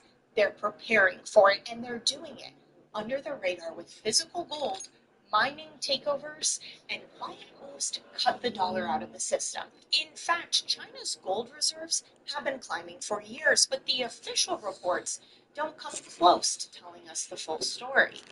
Trade data and import flows suggest that China has been secretly buying far more gold than they would have us believe, quietly stacking in their vaults, while the rest of the world stays distracted, positioning themselves aggressively but without sounding any alarms. But they're not stopping there. At the same time, China has launched a global mining acquisition spree, the largest in over a decade, snapping up everything from gold to copper to lithium. And while the U.S. fights back with tariffs, China is busy creating a parallel financial system, one that doesn't rely on the dollar at all. But this isn't just about China. This is about the end of dollar dominance and the rise of something new, something that could arrive much faster than most people even realize. So what proof do we have that China is making these secret gold moves? How will this impact the rest of the world, particularly the United States, and what will the rise of this new system mean for your savings, your retirement, and life as you know it? Let's get into it, starting with what we can see versus what's being hidden from us. Because in this new Cold War, the biggest moves aren't happening in plain sight. China's central bank, the PBOC, has officially reported gold purchases for the last 8 months straight, adding over 1 million ounces since November, which on the surface is fine until you look a little bit deeper into the data, the import records, and suddenly a new picture starts to form, one that is very different than the current narrative of merely buying for diversification. But this secrecy, which I'll reveal in a second, isn't accidental, it's strategic. Following the weaponization of the dollar against Iran and Russia, countries like China have every reason to ensure that their reserves, their wealth, isn't at the mercy of U.S. politics or Fed policymaking. That's why many nations, especially those outside of the U.S. alliance system, have been slowly but steadily converting their U.S. dollar reserves into gold, a true store of value with no counterparty risk. But even transitioning into gold, which sovereign nations should have the right to do, puts them directly in the U.S. line of fire. President Donald Trump has come out and threatened tariffs against any country who pursues de-dollarization or an effort away from the dollar-dominated system we have today. And taking your dollar reserves and transitioning them into gold could absolutely be seen as such. Nations are also now well aware of where the institutions, the global institutions, where their alliance lies. And if you want to take a guess, it's the United States, for now, or at least publicly. An example of this is the BIS, the Bank for International Settlements, commonly referred to as the central bank for central banks. They recently sabotaged a payment system, Project Enbridge, that would have been a direct threat to SWIFT, the Western-led, dollar-denominated payment system that we have today. So it's no surprise then when you look at all of this, that BRICS nations like China have gone dark. They are making their moves under the radar, quietly, secretly, buying as much gold as possible and positioning themselves outside of the dollar in ways that aren't as easy to track. But in any Cold War, controlling the narrative is just as important as controlling the battlefield. And in China's case, where the numbers don't add up, we understand now why they're being secretive about it. But what I want to understand is, what are they really up to, and what does that tell us about what's coming next? And while I cannot confirm exactly how much gold China has been buying, the strongest piece of evidence that we can see that there is something much bigger going on than what's being reported is the price gap between Shanghai and London. Let me explain. Normally, gold trades worldwide at the same price. I'm talking about the spot price, but there can be temporary fluctuations depending on demand, capital controls, currency fluctuations, you name it. But here's where it gets weird.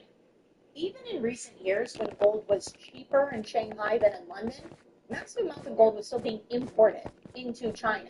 But think about it, that doesn't make any sense, right? You don't buy high to sell low. And according to Chinese market rules, all bullion imports must be sold first through the SGE, the Shanghai Gold Exchange. So again, it does not make sense that if gold is trading at a discount locally compared to London, why would you import gold to sell it at a lower price? It doesn't make any sense unless, of course, you're not selling it at all. That you're not importing it for profit, you're importing it for strategy, that you want to keep it. You have no intention of selling it, you're stockpiling it off the record, which leaves one obvious answer: institutional buying.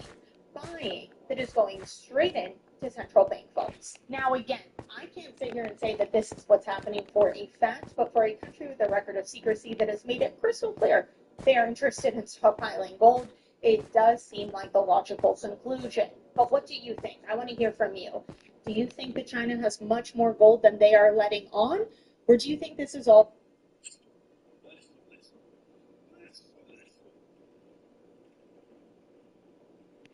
I think a handful of my colleagues up here need to check their privilege. Immigration is by vitally important to our country. And when you look on a global scale, there's a war happening in Gaza.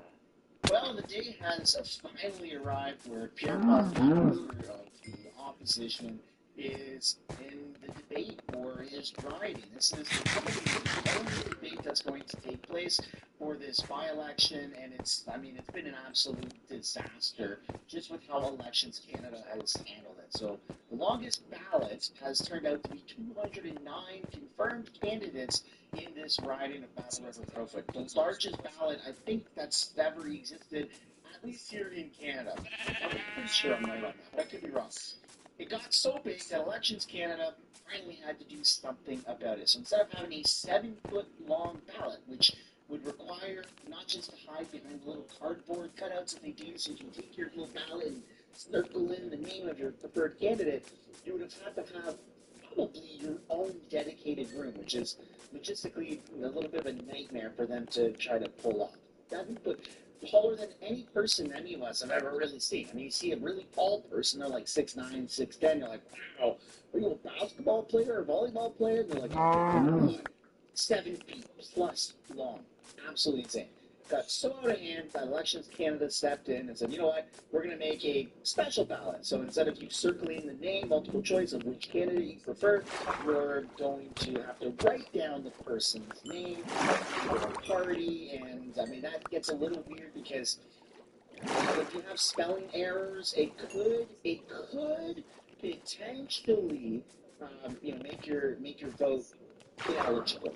But as long as the person who's reading it can clearly distinguish what you were aiming for, then it gets counted. And that's left up to the interpretation of the different people that are basically collecting the counts, right? It's readers. And so that can get tricky and potentially malicious depending on interpretation, but for the most part, it's not that bad so long as you can spell the person's name. So how Elections Canada normally does this, and this is something I experienced when I voted in the federal election, is they print off the names of the candidates running. So I voted for my riding, but I'm out of my riding. So I had a special ballot that the staff accommodated that by printing off the names and the parties of the people that I could vote for. And so that simplified things a lot for me. So that's pretty much what's going to happen with Battle River Crowfoot, which I guess is better than having a 7+ foot long ballot. But that's not what we're talking about tonight. Tonight we're talking about the debate where only 10 candidates, I guess, registered, and all 10 candidates have been approved for the debate. It's a pretty big debate. I mean, 10 candidates, I think even in federal election there was four or five people, so 10 for a by-election is pretty big. So that's what Pierre Poilievre is doing in this video, is his debate. So I hope you stick around for the full thing to listen to the talking points. Welcome back to the channel. Welcome back to another video, everybody. Before we get into it, I really want to encourage you all to hit the like button and subscribe if you haven't already. It does really help grow the channel. And I hope you're ready for the debate highlights. Without further ado, here we go.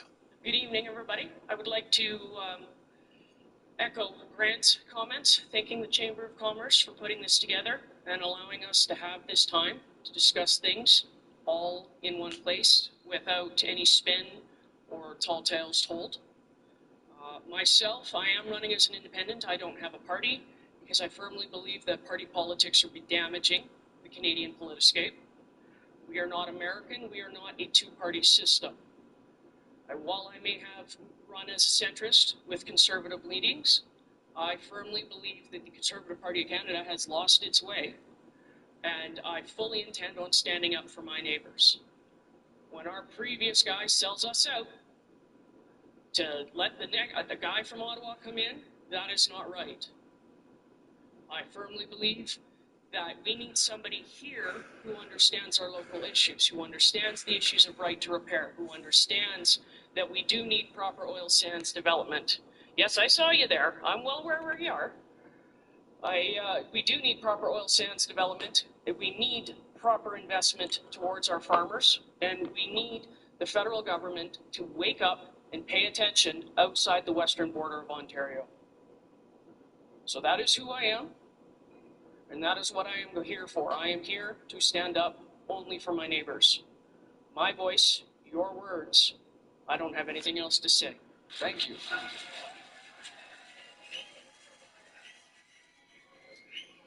Thank you. Thank you very much to the Chamber. Thank you to the fellow candidates, though I think that there are about 190 of them that are missing. And maybe that's the audience out there. But in all truthfulness, thank you to those who are putting their names forward, and thank you to the great Damien Couric, who's given me the chance to speak for the people of Canada and for Battle River Crowfoot. But most of all, thank you to Battle River Crowfoot, the region that feeds, powers, and protects this country. Feeds through the great ranchers and farmers, powers through the ingenious energy workers, and protects through the brave soldiers at CFB Wainwright. Makes me proud to be an Albertan. Now, in fairness, I'm from Calgary, born and raised, and Calgary's a little ways from Camrose, but there's a lot of shared values across this province and across this country. And my Alberta values taught me about faith, family, and freedom, hard work, helping your neighbors, and those values guided me to fight for the values of this region when I was leader of the party and member of parliament over a couple of decades, that I forced the Liberal government to get rid of their carbon tax, which is a local issue in rural communities. Forced the debate on developing our resources, slowing down out of control immigration, cracking down on drugs and crime. And now I want to take the local issues and provide national leadership to fight against the electric vehicle mandate, because driving a pickup truck is a local issue in the communities across this region. To fight for law-abiding firearms owners, to fight for farmers, and to expand our military. These are local issues that require national leadership, and it would be a privilege to provide.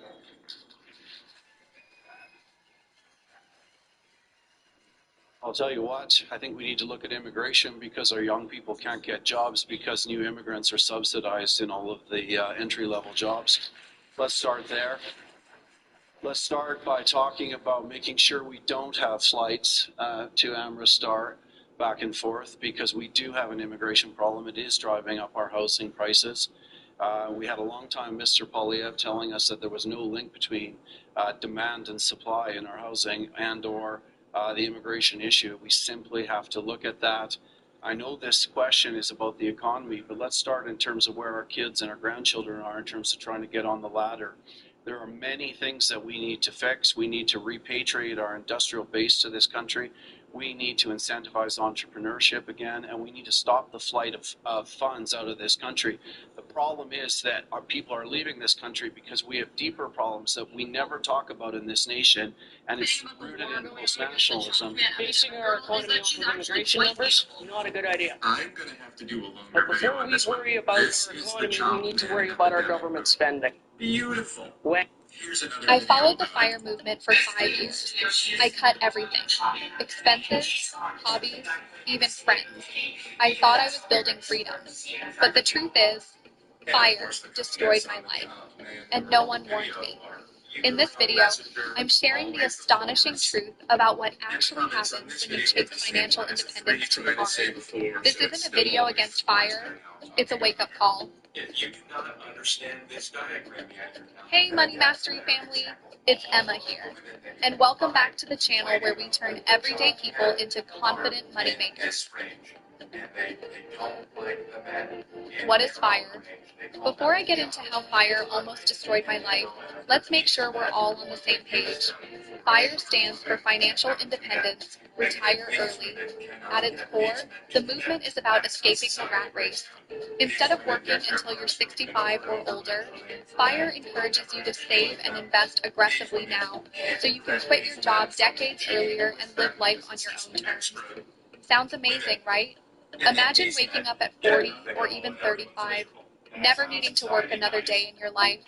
No more bosses, no more commuting, no more trading your precious time for money. Instead, you spend your days doing what you want, whether that's traveling the world, pursuing hobbies, volunteering, or just living slow and stress-free. And to get there, the blueprint seems simple. Cut your expenses to the bone. Save 50% to 70% of your income. Invest everything in index funds, ETFs, or real estate. Let compound interest do the heavy lifting. The math checks out. If you can save aggressively and get a reasonable return on your investment, let's say 7 to 8% per year, you can become financially independent in 10-15 years. This idea has exploded online in the past decade. YouTube, Reddit, and blogs are filled with people talking about their FIRE journey. Some retired at 30, some live off $20,000 a year, others travel the world while working remote mini-retirement gigs. There's even subcategories of FIRE. Let me explain you lean FIRE, living with extreme frugality, often under $25K a year. Fat FIRE, retiring with a luxurious lifestyle and $80K, $100K a year. Barista FIRE, becoming semi-retired, working part-time to cover some expenses while your investments grow. But here's the part I wish someone had told me up front. While the numbers work, the lifestyle doesn't always, at least not for everyone. What they don't show you on the blogs or flashy YouTube thumbnails is the hidden cost of living like a monk for a decade. What happens when you delay joy? What happens when your entire identity becomes, I'm retiring early? What happens when you hit your goal and feel nothing? That's what this video is really about. Not the math, but the mindset. Because FIRE gave me the plan, yes, but it also took away more than I expected. I discovered the FIRE movement when I was 30. Not by accident. I was desperate for a way out. I had a decent job, but it felt like I was on a treadmill going nowhere. Wake up, commute, emails, meetings. Hey, is this blood? Could possibly be blood. Hey, who did that? You got blood on your hands here. Go, my son. Sure. Taylor Shabusiness, a 25-year-old woman, pretending to be insane to cover up one of the most disturbing crimes Wisconsin has ever seen. A brutal murder, followed by a gruesome act of mutilation that left an entire community horrified. It all began on February 23rd, 2022, in a quiet neighborhood on Stony Brook Lane in Green Bay. A mother walked into her basement and found her son's head in a bucket. Seconds later, a chilling 911 call shattered the silence. County Public Safety, how may I help you? I have no clue what's happening. My girl swears that she's found her severed head of her son in the basement. Did you go down there? I went down. I can't tell what. It's part of my language. I'm kind of a little freaked out. Okay. Did she just wake up and say that? Yeah. And whose head is this? She's claiming it's her son. How old is her son? 24, 25. Is he missing or? No, yeah, he was here yesterday with some chick, and then now all of a sudden nobody's here, and she came up to use the restroom a couple times, and she keeps calling and calling, and now she's saying that she hears the phone down there too. Okay. Is she with you right now? Yes, she's upstairs. She's a little freaked out, and I don't know what to do. Okay. All right. Stay on the line. And she won't look again. I don't know what the hell, man. Do you think she's hallucinating, or do you think that? I didn't think so. I went down, and there's stuff in the bucket. I can't, I don't know, man. She's a little freaked out and kind of freaking me out. Can I talk to her? Yes, you can. Hi, Kara. So can you tell me what's going on? Pretty positive my son's head is in a bucket, by the old bucket in my basement. What makes you think that? Because I looked in the bucket. And what did you see? Exactly what I told you. Okay. Where's the rest of the body at? No idea. It could be like a fake head or something. I'm not touching it. I'm not looking at it again. All right, ma'am. Just go ahead and wait for the officers, okay? Our coverage is made possible by Morgan & Morgan. If you've been seriously hurt, your injury could be worth millions, and you might never know unless you fight for real justice. Many insurance companies offer less, a lot less than you deserve, but Morgan & Morgan doesn't settle for lowball payouts. They fight to get what victims truly deserve. Just in the last few months, a $12 million verdict in Florida was 34 times more than the top insurance offer, and another $26 million case in Philadelphia paid out more than 40 times higher. The team at Morgan & Morgan is ready to help, with over 1,000 attorneys operating in all 50 states. You can check if you have a case right now, even from your phone, in just minutes. And their fee, it's absolutely free unless you win. If you ever got seriously injured, your case could be worth millions. You're just a few clicks away from potentially changing your life and getting the justice you deserve. You can go to forthepeople.com/MidwestCrime, found in the description, or by scanning the QR code on screen from your phone's camera.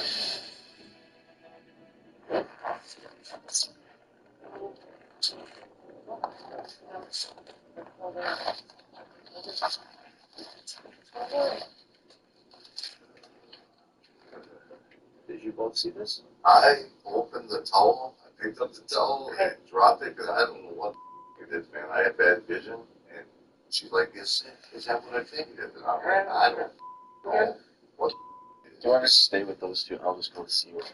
Yeah. Where's that? So right there, look right, there's a bucket with a towel on it. This one. I went down there today. Just keep an eye on this too.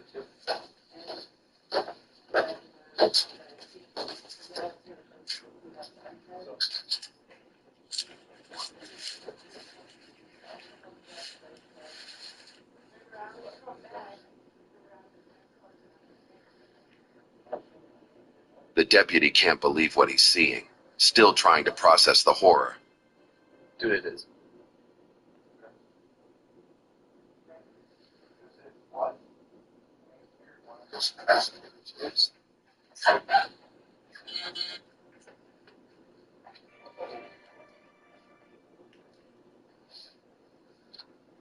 There's nobody. Let's just. Okay. Hold on. Both officers freeze, still in shock, struggling to believe there's an actual human head in that bucket.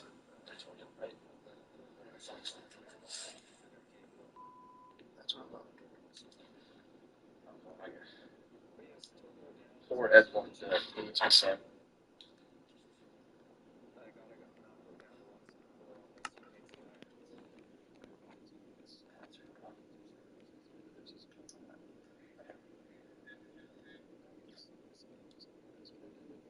If we could get more units here sooner rather than later, that'd be appreciated. We've got quite a bit of blood down here going through this rest of this house. We've got 2 people in the house for sure. The victim was identified as 24-year-old Shad Therian. He was the ex-boyfriend, or maybe just a former lover, of Taylor Shabiznes, someone she had known for years. His body had been brutally dismembered, pieces scattered, cut apart with kitchen knives. Investigators quickly traced a possible location for Shabiznes, a home on Eastman Avenue. They also flagged a van connected to her name.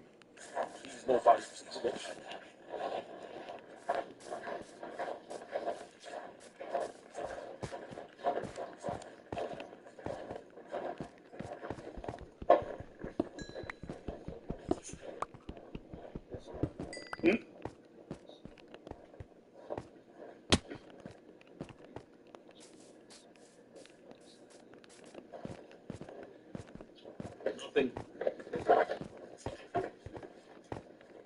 Hey.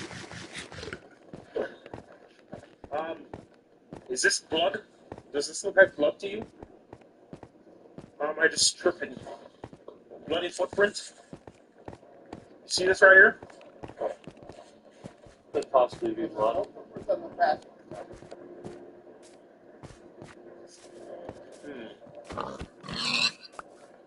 Hey, who did that?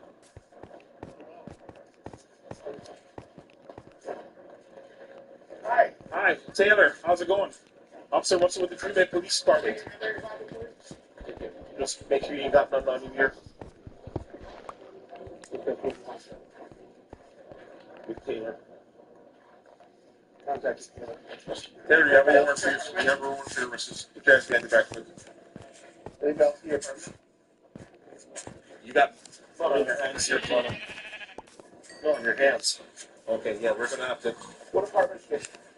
What apartment are you in? Do they come up? On the double. Which apartment? One. That's what they came back to.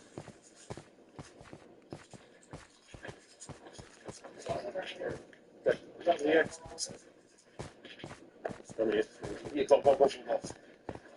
Guys, Harvin, get here now.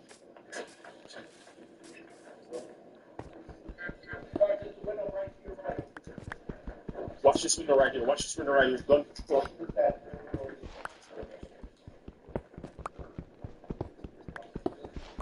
Go in here. Come to the back of the apartments. That's where we are. You come over here. 2 more will be 5. If 84 is here, you have contact with the male.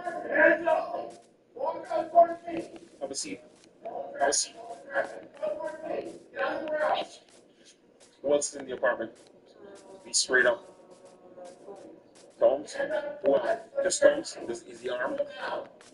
Nobody's arm? Nobody's arm. Are you sure?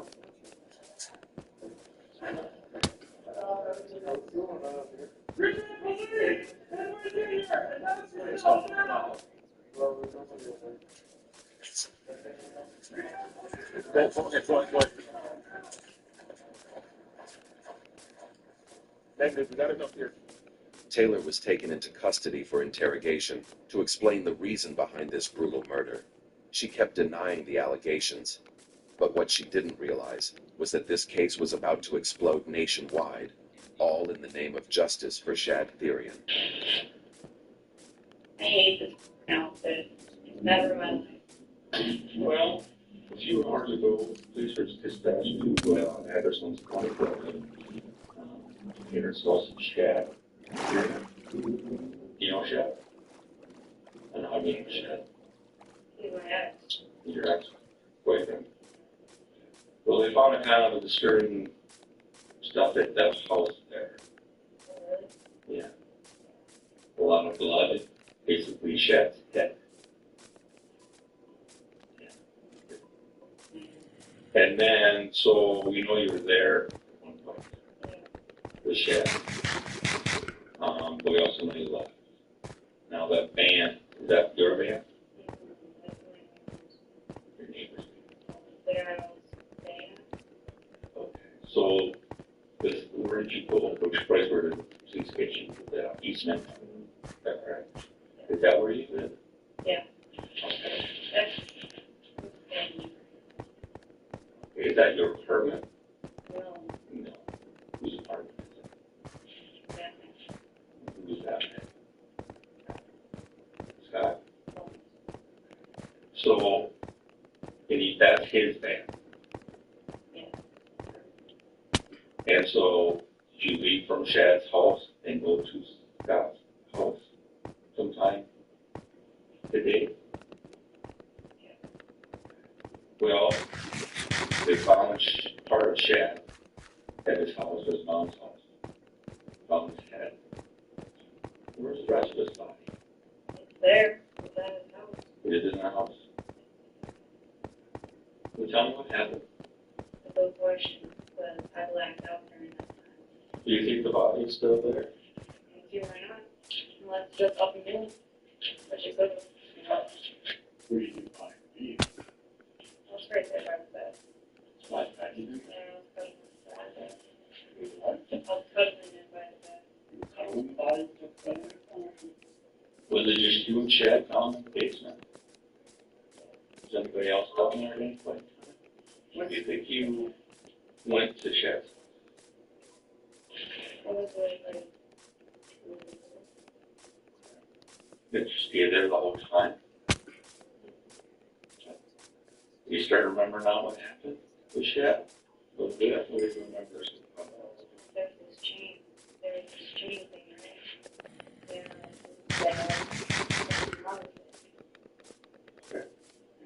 like we were still playing, right? I'm terrible at explaining things, so let's see here. And then here comes the chain, right? And we put it around his neck. Well, we were like playing around it. And, So you're smoking, what would that be? Ice? Have you taken any other drugs? no, they just looked into it. Were you smoking ice? In how, in a pipe or someplace else? No one on the table. I left the baggie there. Yeah. Where? Where exactly in Eastman or Story? At Shad. Can you say where was this place to we're going to be based there on the first floor and second floor. And it was, like I said, to me it was a mess.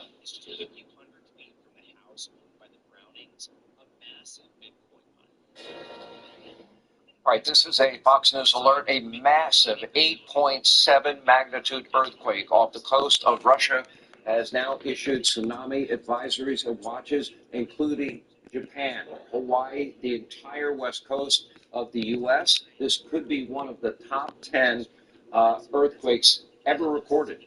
Joining us now from Fox Weather is Steve Penders with us. Steve, 8.7, that puts it in the top 10. That means these tsunami warnings and advisories are very real. Sean, this is massive. And you had just mentioned Japan's impacted by this. The U.S. Embassy in Tokyo has already been told evacuate and get to higher ground. And this was just off the coast of Russia, as you had mentioned, only 8 miles from the coast of Kamchatka, Russia. And so we've already seen on social media the waves that are pushing in towards Russia. For Japan, they're expecting 9-foot waves to impact the islands. As we look at the Aleutian Islands there, south of Alaska and the peninsula, tsunami warnings for the western edge of that because of the proximity to the earthquake. We get down into Hawaii, they are also in a tsunami warning. This has been a confirmed wave that is moving in, likely to make impact just after 7:15 local time. The Oahu Emergency Management said, this is what you got to do. You got to get to at least a 10-story building and get to 4 floors or above that. So people are seeking higher ground right now. You look at the west coast of the lower 48, everyone is under a tsunami watch right now for the Pacific Northwest. Washington and Oregon,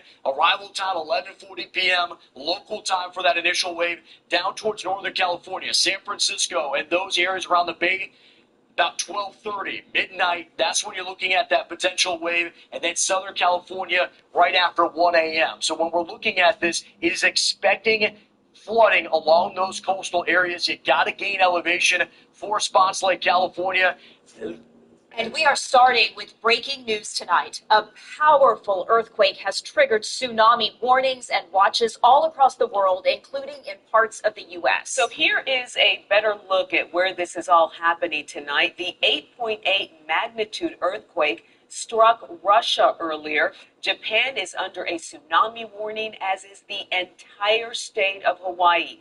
The entire West Coast and part of Alaska are all under watches right now. Cole Sullivan is following the latest from our newsroom. And Cole, there is a lot of information coming in right now. And Teresa, the bottom line is this was one of the world's strongest earthquakes on record. And that's what's triggered all these tsunami alerts. It happened off the coast of Russia, and now parts of the west coast of the United States are under a tsunami watch. This is a picture from Japan, a live picture where the first waves have already hit.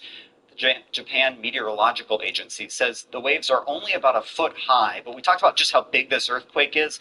For comparison, this was an 8.8 magnitude quake. The tsunami that set off the nuclear meltdown at Fukushima in Japan in 2011 was a 9.0.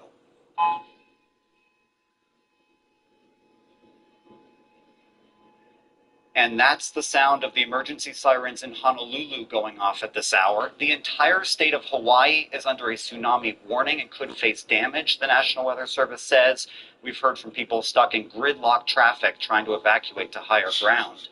The good news is they have plenty of warning. If a wave is on the way, the National Weather Service and the Pacific Tsunami Warning Center say it will arrive at 7:17 in Hawaii. The time in other places across the west coast of the United States, 11:55 in Newport, Oregon is the time to watch. That's local Pacific time, 12:40 a.m. for San Francisco and 1:05 a.m. local for the Los Angeles harbor.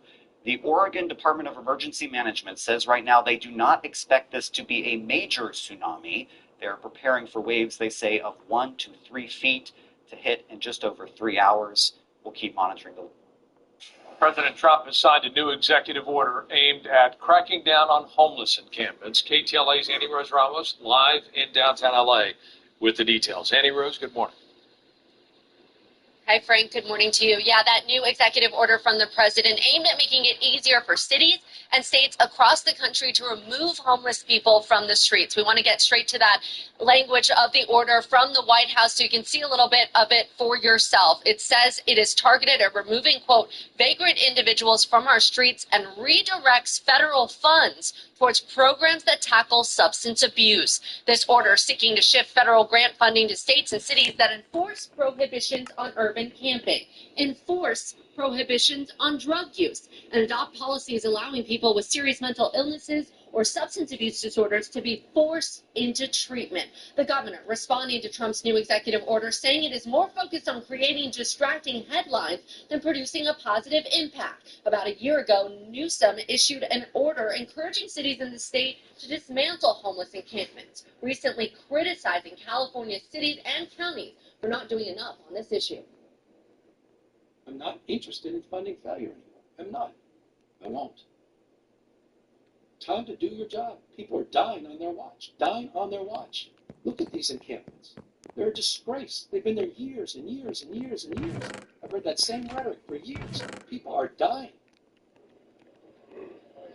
Back in May, the body of a mother and Army veteran was found at a homeless encampment. Her death later ruled an accident due to drug use. 46-year-old Lucrecia Macias Barajas was found dead alongside the body of a man inside a sidewalk tent in the Westlake district near downtown LA. Neighbors said at least one of the bodies found in the tent had been partially eaten by dogs. If you lived outside of this yourself, if this was something you saw every time you had to step out, invite your neighbors, invite your family in, then you would see reality extremely differently. This isn't something that belongs right here in our country. These are third world country problems. People are dying.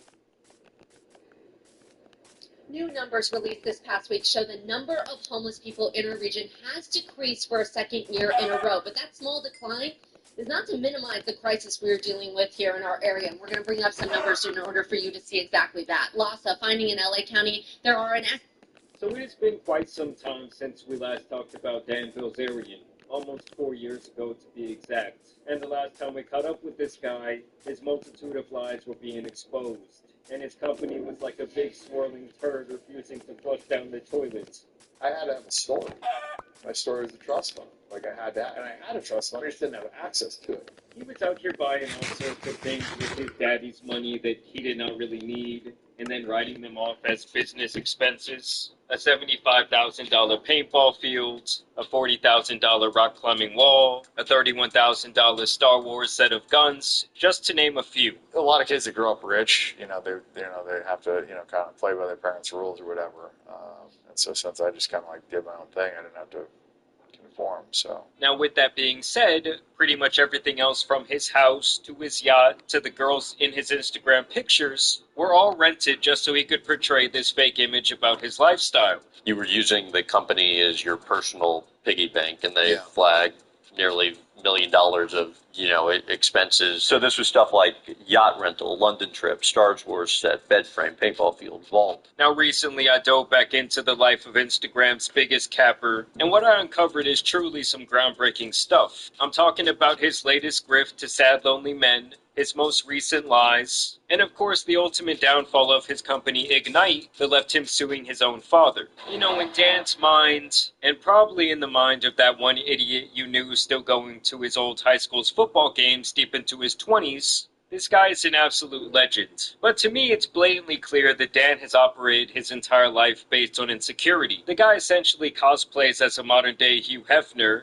who he has admitted on multiple occasions is his hero. And I would think about some poor girl banging Hugh Hefner and just go, yeah, but it's not just him. It's kind of like all these fashion guys. But unlike Hugh, Dan is not a self-made man, and it really drives him insane that he's really just a glorified trust fund baby with daddy issues. I think I got a lack of attention as a kid. It's like borrowing money from friends. Like I asked my parents for money, and they cut me off. And it was They cut you off. They never really loaned me any money, yeah. Ever taken any seven-figure plus amount from family?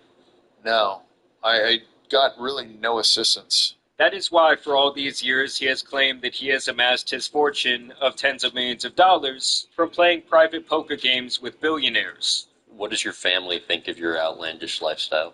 I don't know. Like, I'm not super close to them, so my dad, I haven't gotten money from them, so, my attitude was always just like, well, I'm going to do whatever the I want to do, and that's kind of the beauty of not having to rely on them for money, is that you can really have freedom. But after doing some research, that really seems far from the truth. It's either that, or just the biggest coincidence in history that his father, Paul Brazilian, is a massive fraudster. In fact, just last year, he was listed in a civil lawsuit by the SEC, where they claimed that he was running from them for the last 31 years, owing them $180 million in the process. I don't give a where the money comes from. Like, I would have loved to just get handed the money on a silver platter. Like, basically, Paul was a smart guy who went to Stanford and even Harvard. Using this acumen, he then spent decades screwing over companies who thought that he was there to help them out. He would do this by stock parking, which is a process where someone tells a stockbroker to buy stocks for them under the broker's name, but never disclosing this to the actual company. You can picture it like a pizza. I'm giving out the slices, or so it seems to other people. So he gets a slice, she gets a slice, and even he gets a slice. So it seems from the outside looking in like it's divided up.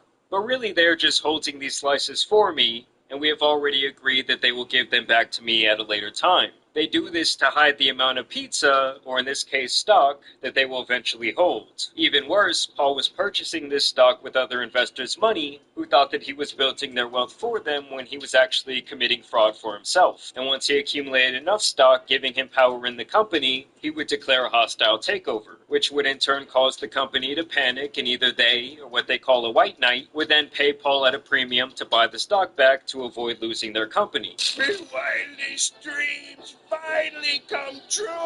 Ah!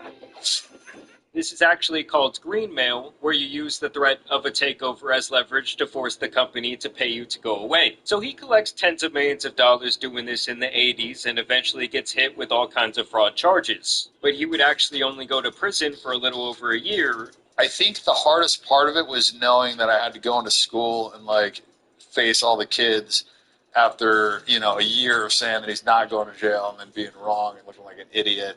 And he never even had to pay these people back, actually declaring bankruptcy. It's a 28,000 square foot mansion that offers more amenities than most Four Seasons. An indoor basketball court, a multimedia theater, a gym with around a dozen machines, a game room, office, pool with fountain.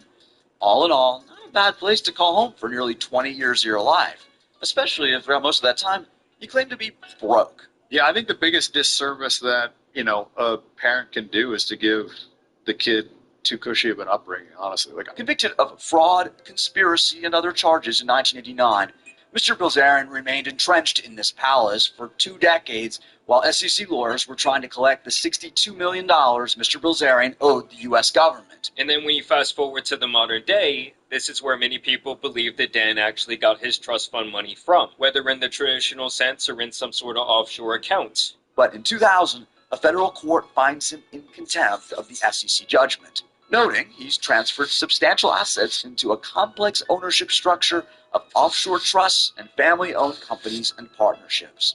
The trust funds, I guess you were entitled to one when you turned 30, one when you turned 35, more or less than you had already made on your own? I gave it all back, so. Really? Yeah. I gave it to my brother. Why? I don't know. I didn't need it, didn't want it, didn't care. And even till this day, his dad was running his company Ignite in the backgrounds for him, as what they called an unpaid consultant. But now Ignite also went under a massive investigation from the SEC as well, and this all resulted in Dan suing his own father. So is Dan really the bad guy? Is he just deeply insecure? Or is it all a massive cover-up for his father? Let's dive deeper. I think it's going to be the first real global cannabis brand. So just last year, the SEC sued Ignite and Paul Bilzerian, but not Dan, claiming that Ignite reported falsified records in regards to their revenue in the last quarter of 2020. Basically, Paul and his friends were allegedly inflating the amount of money their company was making, falsifying documents to make it look to all of their investors like they were selling tons of vape pens. The company performed relative to your expectations?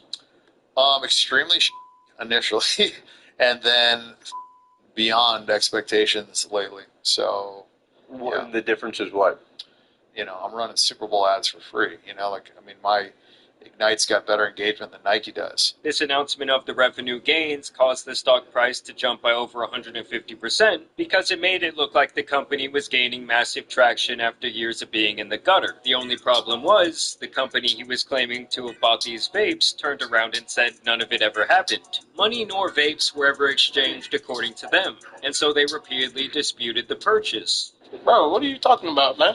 And then when Ignite ended up getting audited for this, Paul allegedly used a shell company that he also controlled to try and go back and make this purchase look legitimate. I think we probably sell the company in the next couple of years, honestly. I think these big tobacco companies realize the future is vape and they're going to need a brand. And now it is being alleged that Paul was using Ignite and his son Dan to hide his wealth the entire time, funneling millions of dollars through these shell companies into the guise of this company Ignite. But obviously he got sloppy again, and now all of this fraud he's committed over the years is being consolidated against him, and the SEC wants their $180 million. But before we get into Dan going scorched earth on his own father over his bad decisions, I wanted to tell you guys about a great choice you can make with today's video sponsor. So recently my parents moved, and the entire time they were very worried about their dogs. Because obviously change can be hard, and these guys grew up and lived in our old house their entire lives, and they are now seniors. So I wanted to personally make sure they had consistency in their lives and that their nutrition was on point. And that's where the sponsor of today's video, Sundays for Dogs, comes in. Because while they might be in a new home, they are still tearing up those human-grade bowls of dog food.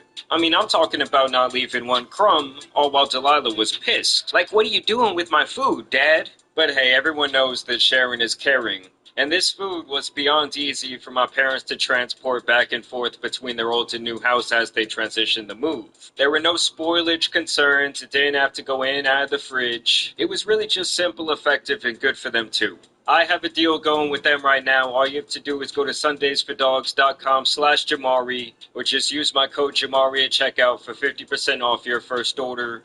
They have chicken options, they have beef options, they have turkey. Honestly, my dogs have tried them all and they've loved every single one.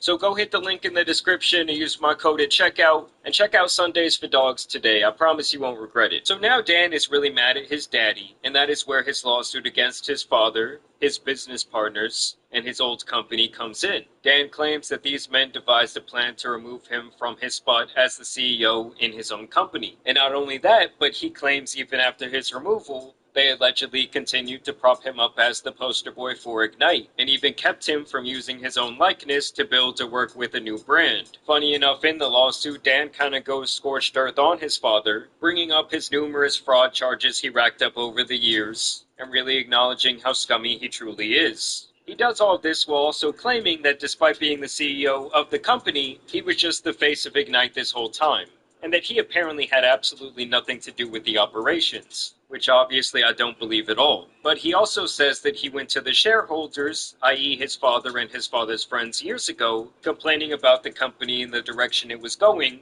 and that they responded by terminating him at the end of 2023. That is where this war really started, and in June of last year, 2024, things would get even worse for Dan as they allegedly removed him from the company altogether, revoking his chairman of the board status, something Dan claims that they did illegally because they did not get the 67% vote of approval from their board. And still all along, Ignite continued to advertise the brand using Dan's image. Those are now the two major things he is suing for. So how much money are you worth today?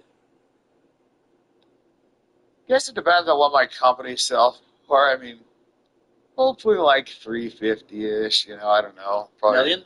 Yeah. 350. Okay, so it seems to me from the outside looking in that this company was funding Dan's lifestyle for years, and that was the cost of helping his dad try and rinse this money. I mean, it is public knowledge that he was spending millions of dollars on photo shoots and yacht rentals, and really just a whole bunch of other bullshit that had nothing to do with building the company. And I just have an extremely hard time believing that Dan did not know what his dad was doing in the slightest. But now he's claiming that he was just an unassuming victim. And it's almost like I can't even blame him for doing so, because it's also clear that his father allegedly tried to throw his own son under the bus. And so now Dan wants his father to pay him 50 million smackaroos. And funny enough, Dan now wants to take a deep dive into their actual numbers. Which is just hilarious to say after he propped himself up for so long based on the prowess of this bullshit-ass company and the fake revenue metrics they were putting out there when they were still public. Where do you want to be in 20 years? The goal is to make a couple $1 billion in cannabis, give a bunch of it away to some charity, spend more time surfing in Hawaii, and then I want to be president. You want to be president of the United States? Yeah, I think I can do it. I mean, guys, I have never one time seen a single one of their products out in public, and Dan was out here acting like they were as popular as that bullshit everyone smokes from the gas station. And also knowing that this all started going down at the end of 2023 just makes so much sense, because ever since then he started his latest grift, which is actually giving dating advice to men, of course for a price. Now Dan has been going around parading himself as the beacon of knowledge when it comes to how to get girls. Think about yourself as a f***ing string and the girl as the cat. Act as if you belong. Act as if you've talked to a bunch of hot girls. If you look at a girl like you don't need her, and you look at her like, you know, maybe she has chlamydia. If you have something cool in your room, take her, show her. I remember one time I asked her, I just wanted to go, like, yeah, and then we started hooking. But she was like, where's the weed? I was like, oh, I don't even have any weed. My buddy, we were having a conversation the other day, and like he was like, I think it's, I was arguing that I think you have a lower chance of getting a serious rejection if you put a girl's hand on your dick than if you go for a kiss. And they were like, you know what, I need to scale this out and have more guys. Well, I just felt like nobody was giving them the right information. Yeah. There was just so much bad information. There's a lot, dude. You have to fuck like hundreds or thousands of girls to figure this shit out. You know, a lot of people are like, oh, if I had money, I'd be getting all this pussy. And it's like, yeah, it probably wouldn't be, dude. But understanding a hot girl's mind, because when I became famous, like I understood what it's like to be a hot chick. You told these girls they had to go down on your friends before they got to have sex with you. Or come or this or that. Like I was thinking like, oh, I'm not tall, so women aren't going to be attracted to me, or I'm not rich, so I can't get women, or, you know, like all these reasons why they're not attracted. Do those things not matter? No, they don't matter at all. Like, at all. Like, yeah, Dan, I'm sure all of those women that you had around had nothing to do with your money or your fame that you achieved from your father's dirty hands. I've said it to my buddy. I'm like, money maybe brings 5 or 10x girls, like, you know, if you use it, and I'm not talking about using it in the sense of just paying them, I'm saying like set up your life to where like give them a nice life and there's cool shit going on, parties, whatever. And then the fame, I think it's like 100x. I think it's like 100 times. And it's just hilarious how every person to interview him is basically sucking him off the entire time. Like, there was absolutely no pushback on anything he says from these clowns. And I actually went to check out his dating advice website, which he calls Sigma Society, and he definitely took a page out of Andrew Tate's MLM book on this one. Learn how to attract the women you want without needing looks or money. Oh my god. The funny thing is, he actually gives you this little questionnaire along with a video of him spewing bullshit, and depending on how much money you claim to make, it changes his offer to you. Like, if you clear less than $100K a year, you only get the option to buy his $200 course, which he actually has the audacity to value at $4,000 fucking dollars, by the way. But hey, I guess for a poor little pussy like you, that would be a steal. And also keep in mind, that's $200 per month, not just like a one-time payment, my boy. Now, if you do make more than $100,000, you get the opportunity to set up a personal call with Dan. And honestly, watching some of these review videos on the website has to be my favorite part of this entire thing. He really has this like genius level ability to understand attraction and social psychology. I was with this really, really cute girl, and all my friends were like, holy shit, Hike is talking to this chick. He's the Hugh Hefner of our generation. Dan is like Moses coming down the mountains with the commandments of dating and understanding of female attraction. The fact that he's giving back to a lot of the guys that have idolized the success that he's had over the years, the fact that he's taking time out of, you know, the multiple kind of companies that he runs to teach us guys and get us up to speed. I would say thank you for foremost. I mean, goddamn, is this guy glazing him on a whole nother level? Oh yeah, my leader Dan, he's doing this out of the kindness of his heart. Fuck out of here. You know, at the end of the day, this guy won't even admit that he is a trust fund baby. He exaggerates about his time in the military. He lies and says he's a police officer. And every story just does not pass the bullshit meter any time. Like, overall, it's very hard to believe absolutely anything this guy has to say. Though the SEC clearly has time to listen, as many believe that Dan might have been the whistleblower to initiate their shakedown. Allegedly, that is. As he is not being charged with anything in their lawsuit against his father and his father's friends, despite being very heavily involved with the company, which to me screams compliance. It is funny though, after watching hours and hours of various interviews, and just digesting all of this different Dan content damaging my brain, the thing I had to have found the most hilarious is that this guy has some sort of sick fantasy about LARPing as an average everyday person making a typical wage. So I guess if money wasn't a factor, and I just had to pick a job that I'd do because I like doing it, probably be a teacher. That'd be nice. Sell a company for a couple $2 billion and then go work at Walmart for 3 months. I think that would be kind of cool. And you'd like that way? What I want to do when I become a billionaire is go work at Walmart for 3 months and have like a full reset. Not Walmart, I probably work construction. We would go work a regular job for like 6 months at Walmart or a valet. Yeah, I think he actually offered me like $1 million to be a valet. But it was like in the summer in Vegas for 3 months. I should have done it. Yeah. But either way, I want to know what you guys think about this latest Dan update down below. I also want to thank you guys for watching today's video, dropping a like and subscribing. But as you guys know, it's been your boy, the Tan Superman, and some other Instagram frauds out here need to be covered. So I'm out. Peace. A lot of kids that grow up rich, they have to, kind of play by their parents' rules or whatever. And so since I just kind of like did my own thing, I didn't have to conform. So that was a fucking lie.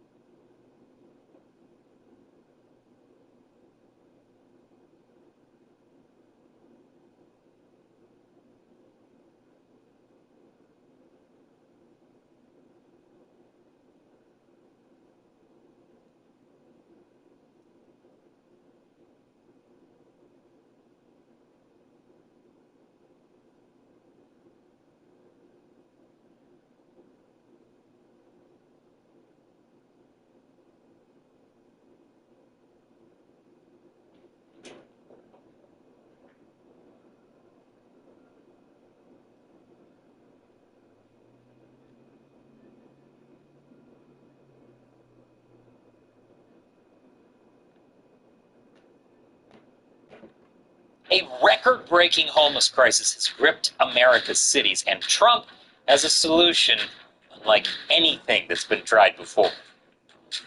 Welcome to America Uncovered. I'm Chris Chappell. So, who here has been to New York City recently? Or L.A.? San Francisco? What about Chicago, Portland, Seattle, or Philly? Honestly, the city doesn't really matter. You may have noticed there are quite a few homeless people hanging around these days. Actually, a lot of homeless people. And that's not just your bigoted anti-homeless bias talking. America is smack in the middle of a homelessness crisis. In fact, according to the Department of Housing and Urban Development, there are more homeless today than there were during the 2008 housing crash. So how could one of the richest nations on earth have so many of its citizens sleeping on the street? Some say the problem is affordability. Housing is just too expensive. Therefore, the solution is to just build more shelters and affordable homes. Others think the problem stems from drug addiction and mental illness, which makes it hard for people to get housing in the first place. Turns out both are correct.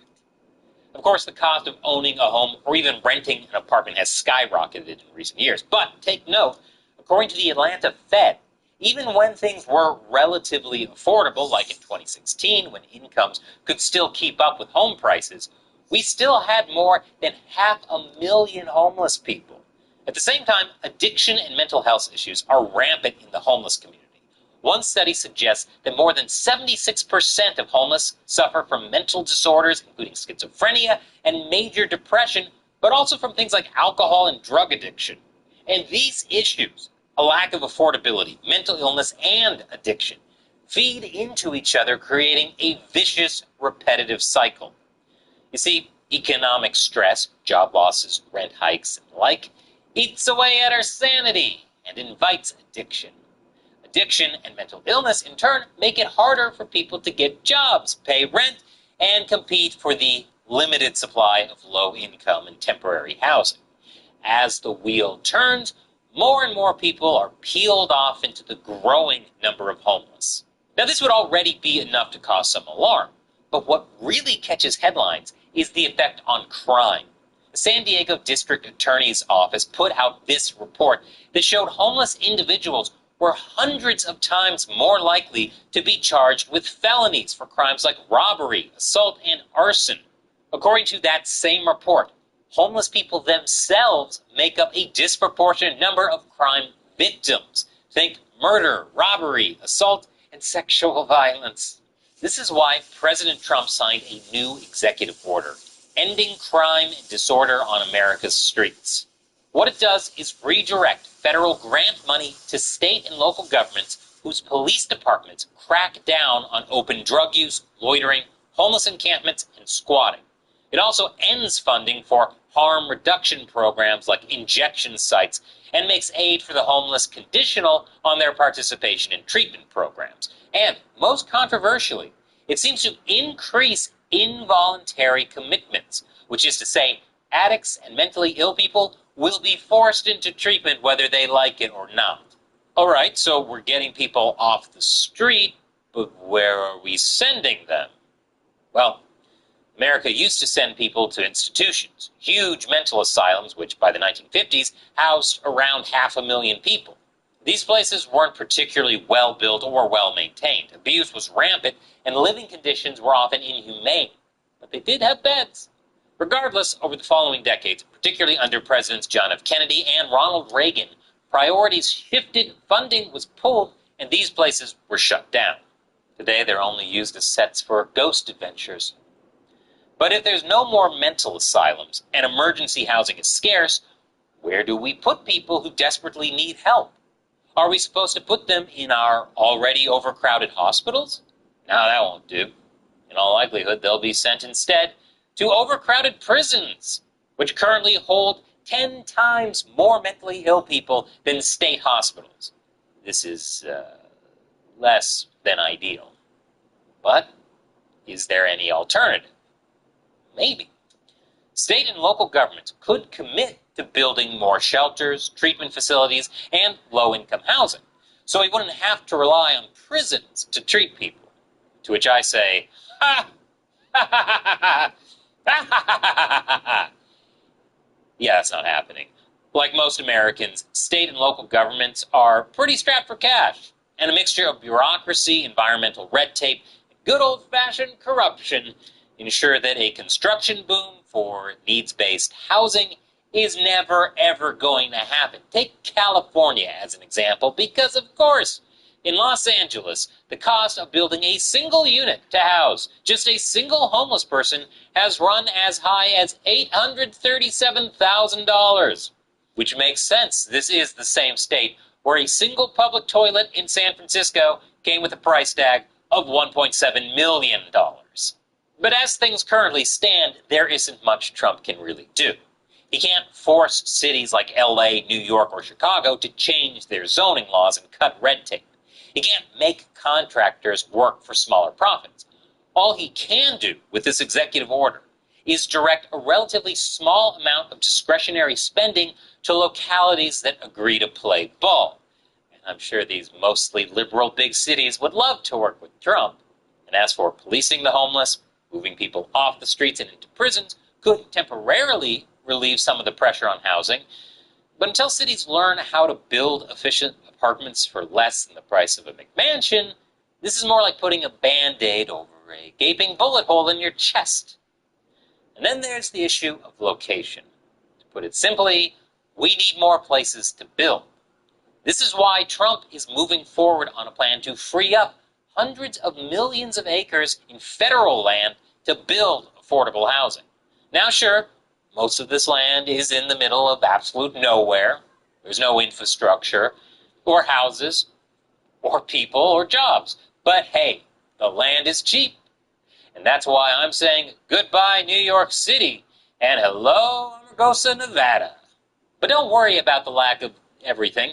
Soon people will flock to these new developments, as many could be located in what are being called freedom cities. Special zones controlled by corporations, where wealthy investors can sidestep government bureaucracy, write their own laws, and experiment with weird new technologies without government oversight. Wait a minute. Corporate-run cities in the middle of the Mojave, where scientists perform inhumane experiments that fly in the face of both God and man? Guys, it's happening. Donald Trump is making Fallout real. He's not Hitler, he's Mr. House. Now all we need is that invasion of Canada and a nuclear war with China. I know, sounds far-fetched. But if I'm being honest, building high-tech, low-cost cities of the future in the middle of Death Valley sounds a lot more realistic than America's big cities getting their act together. And hey, if it doesn't work out, and we're just left with a bunch of burnt-out ghost towns amid the sandy wasteland, at least our spurs can jingle-jangle. But what do you think? What should America do to fix its homeless crisis? And will you be joining my gang of wasteland raiders? Leave your comments below. And if you don't want to see me become homeless, support America Uncovered on our premium website, AmericaUncovered.tv. You'll get exclusive content, the ability to chat with me and the team, and you'll be keeping the show afloat. I'm Chris Chappell. You're watching America Uncovered. You are not going to a personal space. You cannot tell you, don't call the police. Okay. Zoran Mamdani slew Anna Slayer Andrew Cuomo in the New York City Democratic mayoral primary. He's making very big promises, but is he going to be able to keep them? Welcome to America Uncovered. I'm Chris Chappell. Zoran Mamdani has taken the U.S. by storm with his democratic socialist agenda and deep, handsome brown eyes you could just fall into. And now that he's won the New York City Democratic mayoral primary, lots of people are wondering what will come next, especially since he's running on a democratic socialist agenda, an agenda President Trump has vowed to stop, calling Mamdani a communist lunatic, and that he'll save New York City and make it hot and great again, just like I did with the good old USA. Make America hot again? Excuse me, Mr. President, what exactly was America hot during slavery? Oh, that's actually some pretty good drip. Anyway, Mamdani's agenda includes a freeze on rent, a crackdown on bad landlords, city-owned grocery stores, free buses, free childcare, increased taxes on corporations and the 1%, and an increase to New York's minimum wage from $16.50 to $30 by 2030, among many, many other policies, like higher taxes on whiter neighborhoods. And when he says whiter, he ain't talking about the picket fences. That sounds racist. Don't worry. Mamdani told NBC News' Meet the Press that it's not driven by race, it's more of an assessment of what neighborhoods are being undertaxed versus overtaxed. Oh, okay, so the next time someone yells white power, what they really mean is the benefits inherent in proportional taxation. Makes sense. So, what are we to make of his policy proposals? Can he actually get these policies passed? Well, let's first look at his proposed freeze on rent. We all know that living in New York City is crazy expensive. As a New York resident, this isn't a studio I'm in, it's where I live. The space under this desk where I sleep is $4,600 a month. But is freezing rent prices really the solution? Well, Mamdani certainly isn't the first to make such promises. Even former Democratic presidential nominee Kamala Harris did the same. Remember her? Yeah, I know, ancient times go by so fast. We will take on corporate landlords and cap unfair rent increases. Man, looking back on her campaign, you just can't help but laugh, and okay, the laughing is getting a little uncomfortable now. Why won't you stop laughing? The thing is, there are always negative ripple effects with price controls.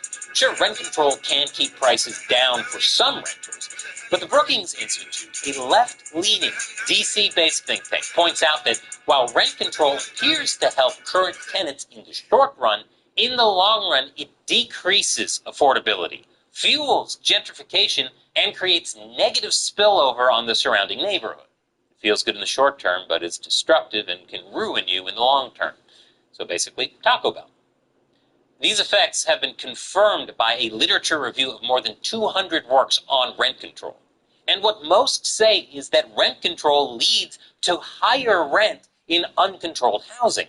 More people living in properties unsuited to their needs, lower labor mobility, lower supply of rental accommodation, lower quality of rental housing, and less new rental housing construction.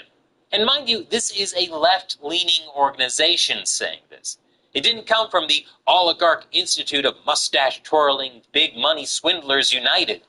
It's a really long business card. The Netherlands, which is big on rent control, proves these points with its massive housing shortage, which seems to get worse each year. And yet Mamdani somehow thinks he can build 200,000 units of affordable housing? To do this, Mamdani says the city will have to borrow $70 billion, which exceeds its debt limit by around $30 billion. So spending even more money you don't have to maybe fix your problems. Brilliant. Of course, there's always the option of trying free market solutions. It did work out well for Argentina. But here in the good old US of A, we're talking about democratic socialists who describe capitalism as theft, while libertarians call taxation theft. And I call Sean Penn winning the Oscar over Mickey Rourke in 2009 theft. What does that have to do with what I'm saying? Nothing. I'm just still not over it. Back to Mamdani. But then there are also other issues that we firmly believe in, whether it's BDS, right, or whether it's the end goal of ceasing the means of production. And it's just very critical through the endorsement process to make it very clear what the purpose is about this entire project. It's not simply to raise class consciousness, but to win socialism. And obviously raising class consciousness is a critical part of that. We have to continue to elect more socialists. And we have to ensure that we are unapologetic about our socialism. Okay, that sounds pretty socialist. But at least it doesn't sound communist. We'll have to go beyond the market. We can establish community land trusts to gradually buy up housing on the private market and convert it to community ownership. Yep, that's straight up commie talk. But hey, even though it's failed literally every other time in history it's been tried, I'm sure this will be the time it's done right. Another thing Mamdani campaigned on is affordable food. Mamdani's solution? Government-run grocery stores. Grocery prices are out of control. The cost of eggs and milk has skyrocketed. Some stores are even using dynamic pricing, jacking up the cost over the course of a day depending on what they can get away with. It doesn't need to be this way. I'm Zahran Mamdani, and as mayor, I will create a network of city-owned grocery stores. It's like a public option for produce. We will redirect city funds from corporate supermarkets to city-owned grocery stores, whose mission is lower prices, not price gouging. These stores will operate without a profit motive or having to pay property taxes or rent, and will pass on those savings to you. Well, that sounds great on paper. In execution, I've never been to a DMV and thought, these guys should really be in charge of what I put in my body. In reality, grocery stores only make a profit of around 1 to 3%, so I'm not entirely sure that could be considered gouging. But Mamdani later elaborated on this by saying he wants to cut city subsidies to corporate supermarkets and grocery stores. City-run grocery stores, I proposed a pilot program of one store in each borough. These are 5 stores in total. The total cost of this is $60 million. This is less than half the cost of what the city is already set to spend on a subsidy program for corporate supermarkets that has no guarantee of cheaper prices. He's referring specifically to the $140 million invested into New York City's economy through the food retail expansion to support health, or FRESH program. But here's the problem. Besides the fact that, once again, politicians are spending more time coming up with clever acronyms than programs that actually work. Mamdani is assuming this is government spending, but that's not the case. As a Washington Examiner points out, that money was invested not by the city, but by corporate grocery stores. And unless he's going to be taking money directly from them, this won't work out so well.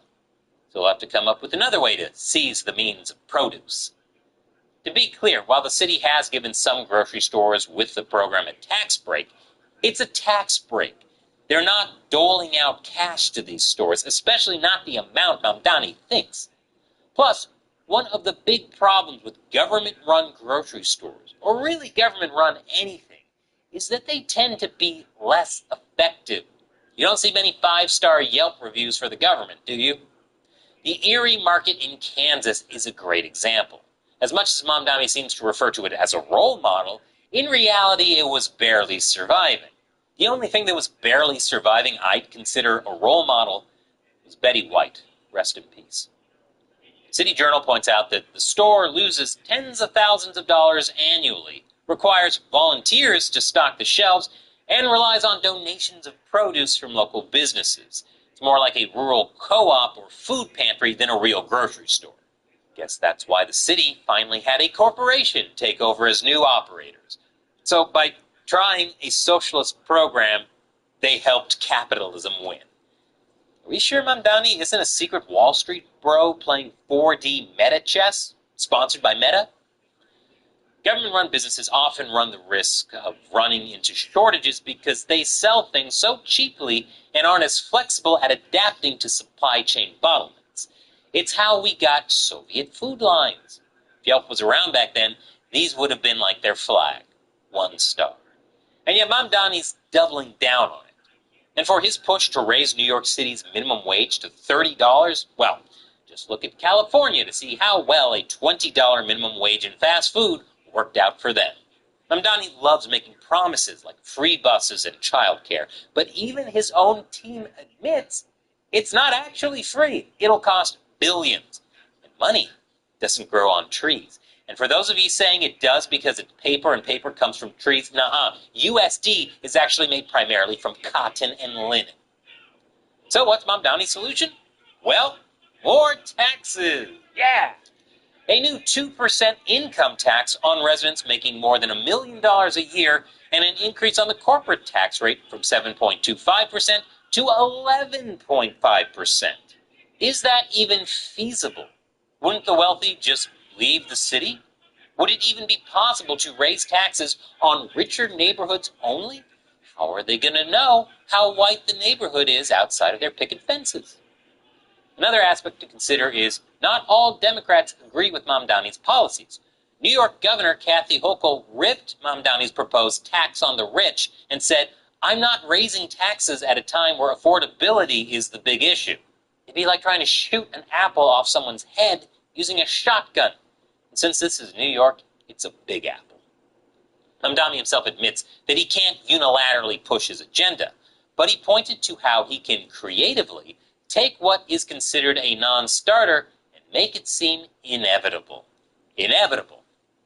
It isn't going to help people be less afraid of socialism when your talking points are the same as Thanos's. And somehow, despite pushing very controversial policies that could do more harm than good, Mamdani won the Democratic primary for New York City mayor. A lot of it was thanks to support from lots of young, wealthy New Yorkers in their 20s. And those deep, handsome brown eyes you could just fall into. And the fact that he was up against Cuomo. But if you look at this New York Times election breakdown, you'll notice that Mamdani's competitor, Andrew Cuomo, had more support among black and lower-income residents. Why is that? Did they not have any family in nursing homes during COVID? Isn't Mamdani all about evening out the playing field for the poor, including poor black New Yorkers? Turns out they may not agree with his message or policies. See, Mamdani is trying to come across as someone who's out to eat the rich, saying things like, "I don't think we should have billionaires." He also goes around identifying himself with what he sees as oppressed and underprivileged classes. But in reality, this guy is one of the most privileged people out there. His mother's a multimillionaire film director, and his father's a wealthy Columbia professor. Mamdani himself attended a school with tuition fees as large as many people's entire annual earnings. It looks like he didn't have to struggle working to survive, and yet he's going around telling other rich young people in similar positions that they understand what the poor need most. Turns out lots of people are concerned that Mamdani's going to screw things up should he become New York City's next mayor. Even left-leaning newspapers like the New York Times and the Washington Post are raising the alarm bells. Though that's not much of a surprise, given that the Washington Post is owned by Jeff Bezos, and I'd be alarmed too if the guy running for office's main talking point is eating me.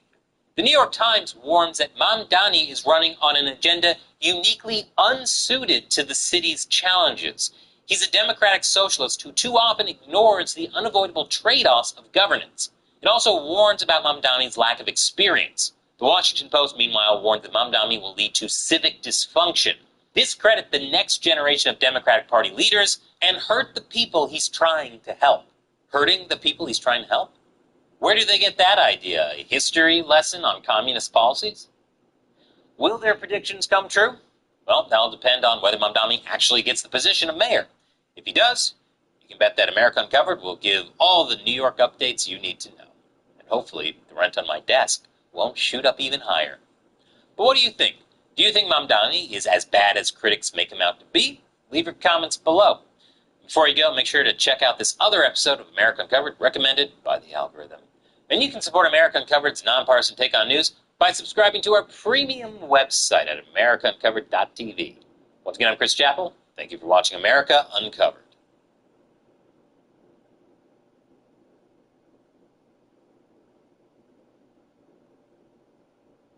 At More Perfect Union, we've covered how our economy has been rigged by large and powerful industry groups, big tech, big oil, big pharma.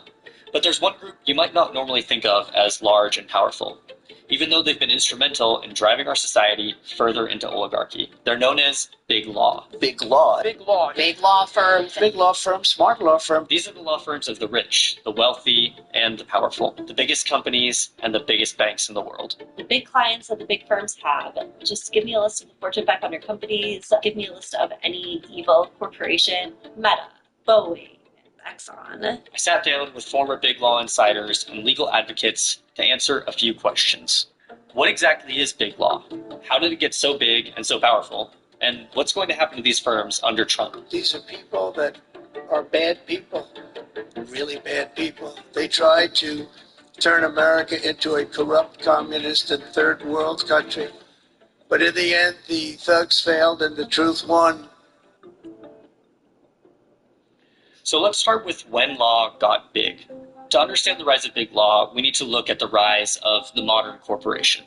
That's because you should really think of these big law firms as the conciliaries of oligarchy, or basically like their right-hand man. In mob movies or TV shows like Breaking Bad, when a criminal enterprise gets too big and starts running into problems with handling their money or enemies that want to take them down, they bring in a lawyer that they can trust to help them navigate those problems. The revenues from the salon go to the owner. That's you. Your filthy drug money has been transformed into nice, clean, taxable income brought to you by a savvy investment in a thriving business. Corporate America reached a similar inflection point in the 1950s and 60s when the post-World War II economy was booming. As American businesses got bigger and more global, they needed to deal with new laws, rules, and regulations. That's where lawyers come in. Not just to represent businesses in court, but to act as their trusted advisors in navigating a new and complex world. Then there were also these pesky people called workers and consumers, whose interests were at odds with growing corporate power. At that time, you had a rise of people trying to build power for workers, and specifically people trying to build power for consumers. So you had folks like Ralph Nader, who were really leading these big movements to say consumers have rights. It was gaining popularity in the early 1970s. I think 1971, Lewis Powell, who went on to become a Supreme Court justice, wrote a memo to the Chamber of Commerce about what would it look like to use litigation, to use the courts to improve the power, to strengthen the power of corporations in the United States. Lewis Powell was saying, well, what can we do about that? How do we shut this down? What are the best avenues to reinforce the power of capital? And one of his recommendations was that it is very easy to do that via the courts. The memo, known as the Powell Memo, is sort of like a moment in a mob movie when the bosses have gotten all the money they could ever dream of, but then they realize what they really want is total domination. When you started this thing, did you ever dream of having $5 million? I know for a fact that you didn't. I know for a fact all you needed was $737,000. I'm in the empire business. The Powell Memo and the subsequent shift in how businesses viewed themselves ushered in an age of shareholder capitalism and monopolization, which got hypercharged under the Reagan administration when deregulation, tax cuts, and free market policies became the name of the game. You had almost a pincer movement where the Reagan administration, from the government aspect, was trying to create rules that allowed big corporations to amass more money. And then on the big law side, you had lawyers who were able to help those big corporations take advantage of new opportunities that came from withdrawing the federal government and reducing regulation. This was a feast for corporate lawyers. Every merger, every hostile takeover, every buyout meant more billable hours and more work for their firms. And this is where the big firms that we're going to talk about really get big. Take, for example, Paul Weiss. Some of their top clients are Exxon, Chevron, Johnson & Johnson, JP Morgan Chase, and Richard Sackler. Or Wilmer Hale. They work with Northrop Grumman, the weapons manufacturer, General Electric, T-Mobile, and PepsiCo. How about Perkins Coie? They work with Boeing, Amazon, Google, and Texaco.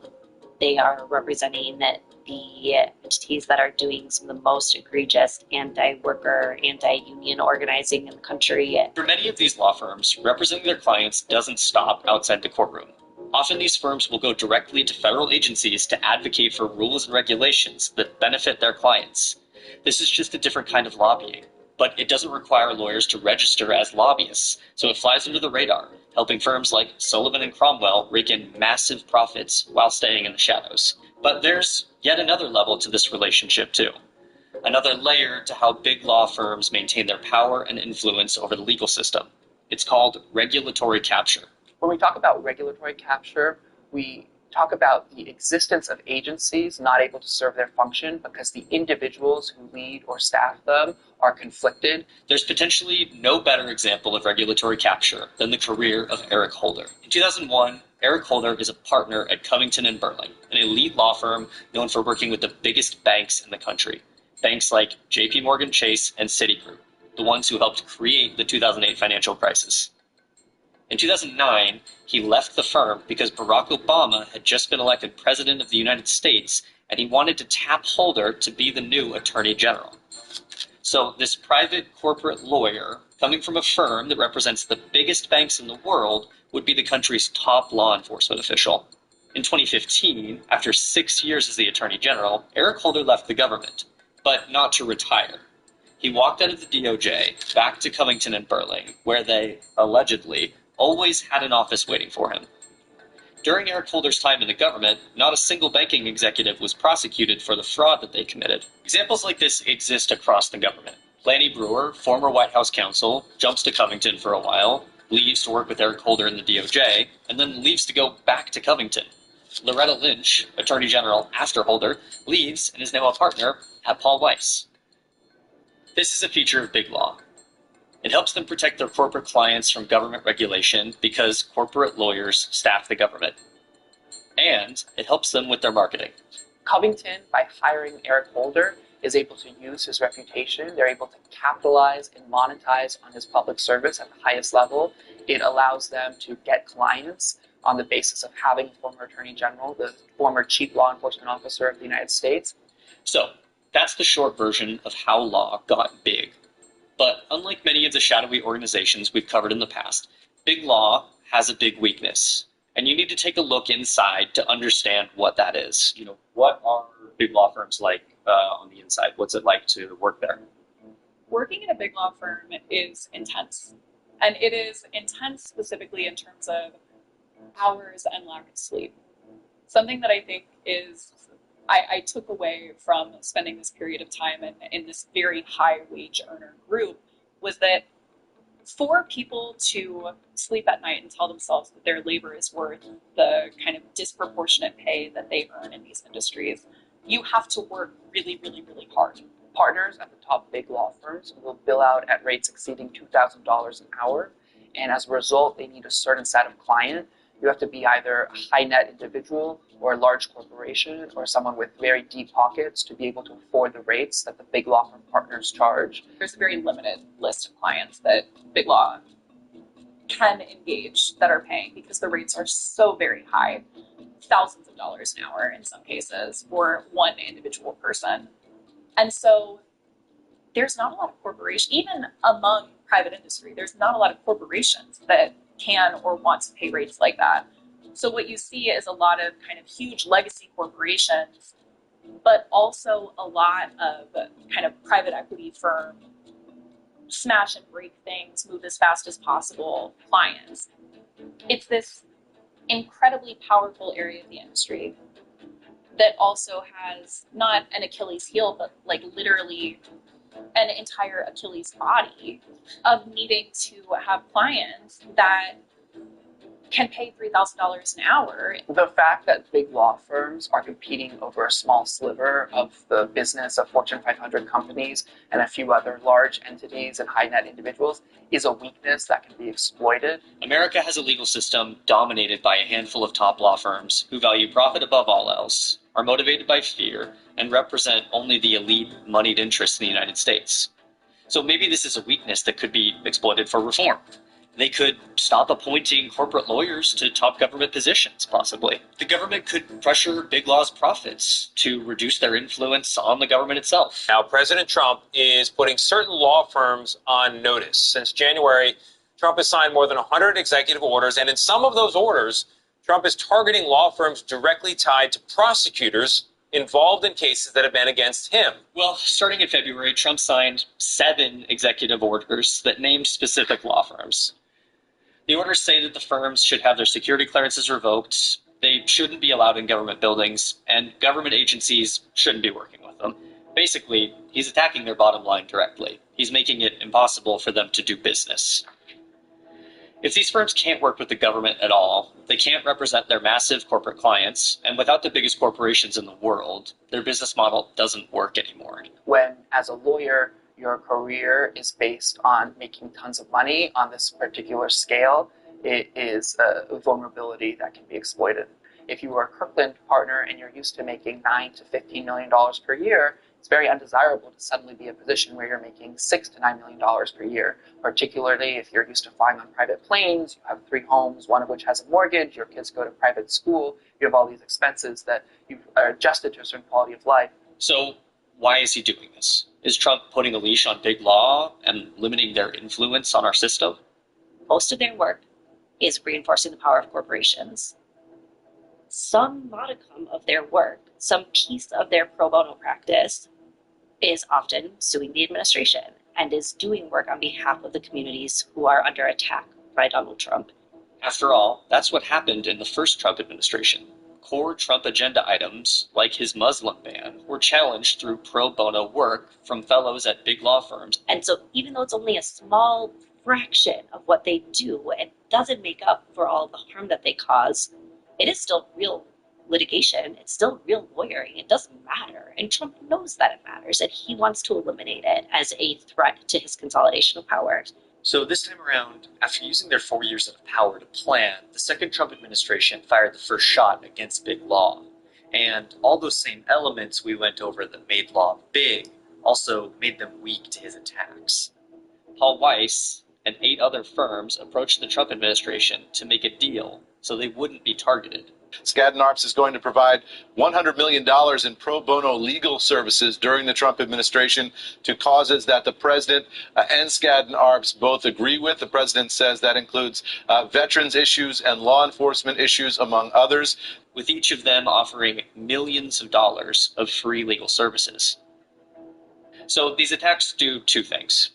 First, it gives Trump legal representation to use for his agenda. He says he'll use it for negotiating trade deals, doing veterans work, defending immigration cases, and potentially defending police officers.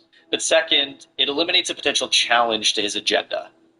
If lawyers are afraid to bring pro bono cases against the government, it clears the way for him to do what he wants. Big law lawyers are not on the vanguard of the resistance, but they have the ability, through the fact that they're lawyers and that these law firms have money, to offer a potential roadblock to the administration. We've seen how important it is to have law firms take on these pro bono clients. We've seen how much that has been a check on even Trump the first time around. So without that happening this time, I think that there are big concerns about how the legal system will hold up and will continue to, if the legal system will continue to serve as a check on the president at all. As we've talked about throughout this piece, big law is a key factor of our oligarchy that we need to reform. So Trump is sort of right to take them on, but his attacks, driven by personal grievances, aren't going to structurally reform the legal system. He's sort of like a mob boss himself, who doesn't want to take away the power of big law, but instead he wants to control it for his own agenda. You're an idiot. Good news. I'm taking over. And what's even worse, Trump and his world, they're captured by big law too. Look at Joseph Barloon, Deputy U.S. Trade Representative, former Scott and Arps lawyer. Brian Morrissey, General Counsel for the Treasury, formerly a Sidley Austin lawyer. Crystal Carey, General Counsel for the National Labor Relations Board, formerly a lawyer at Morgan, Lewis & Bockius, where she represented big corporations against labor disputes, helping stop unionization efforts. So not only is Trump not fighting the influence of big law, he's surrounded by it. He's a part of that world. The fact is, nobody really knows where this all goes from here. Some of these big law firms are finally taking this battle to the courts, and they're having early success. Judges are striking down these executive orders. In response to two separate lawsuits brought by Jenner and Block and Wilmer Hale, two different federal judges appointed by George W. Bush temporarily blocked the Trump administration from enforcing parts of the executive orders targeting those law firms. Which is good. Hopefully that continues. But it's not the whole story.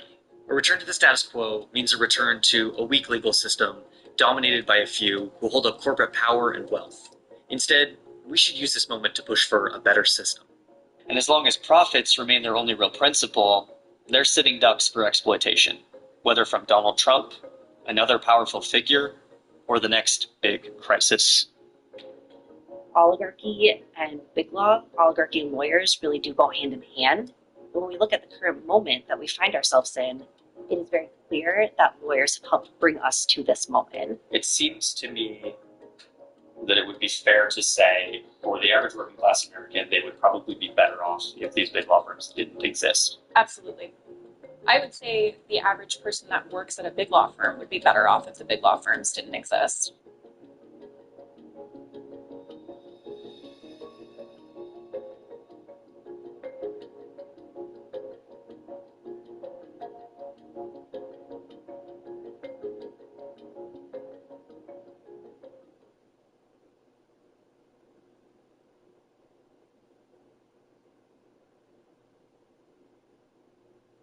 Here's a question we've been digging into for the last few months.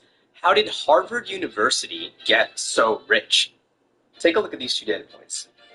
In 1978, Harvard University had a $1.4 billion pool of money, and they admitted 2,200 students to the incoming freshman class.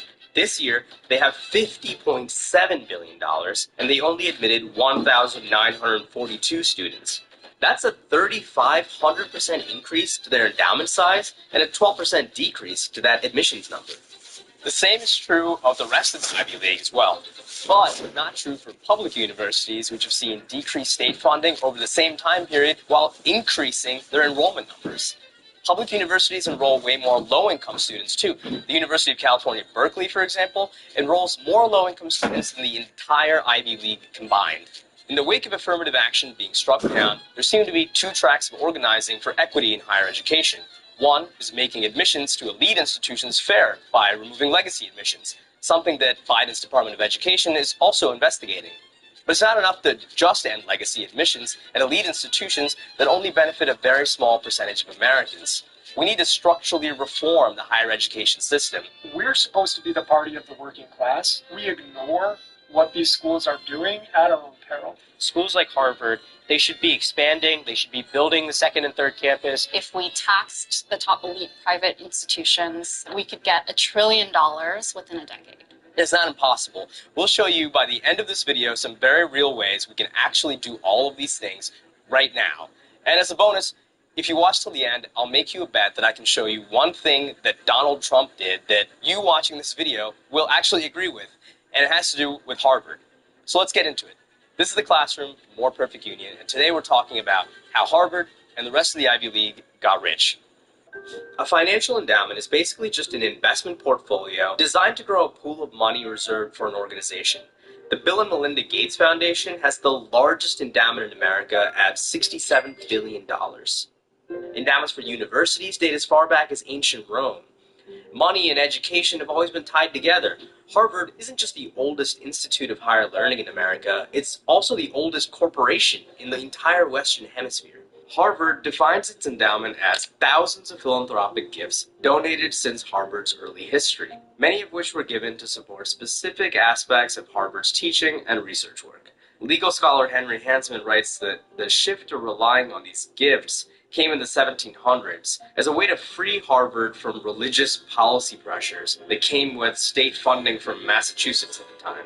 Endowments, quote, served to protect these institutions from the vicissitudes of the political process. It did not, however, free them from outside influence entirely, but rather served to shift the source of that influence. But it was only recently that these endowments exploded in size. If you go back to the 60s in particular, endowments, they were mainly managed to maintain the size of the endowment. Charlie Eaton is the author of Bankers in the Ivory Tower.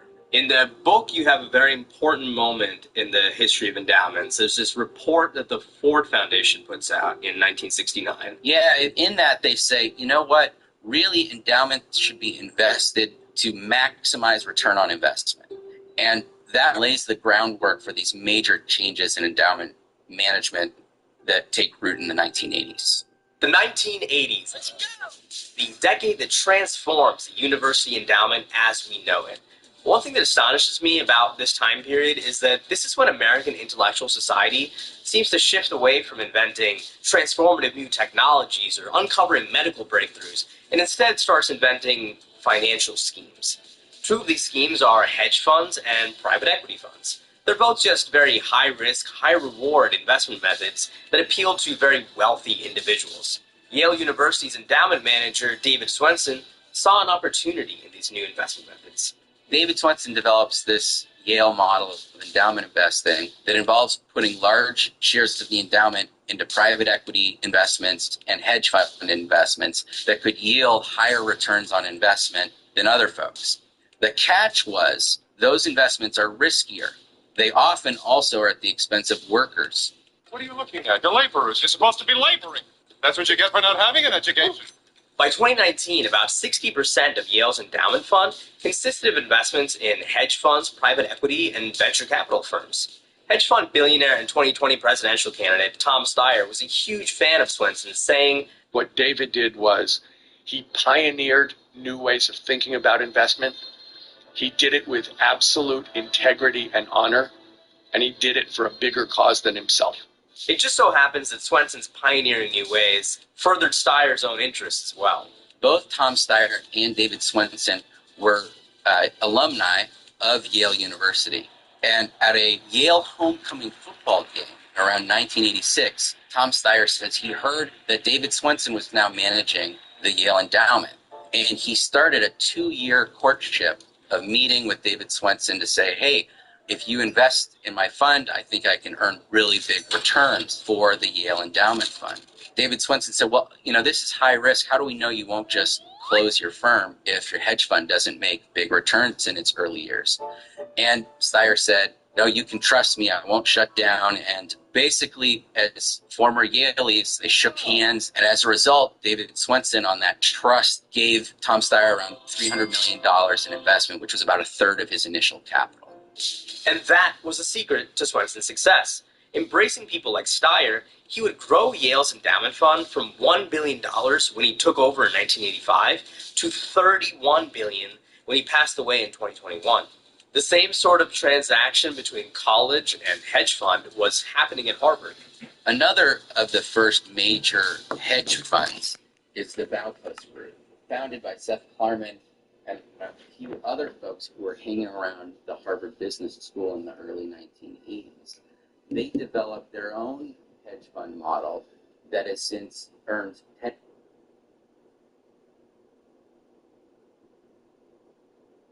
Has the Labubu obsession grown too far?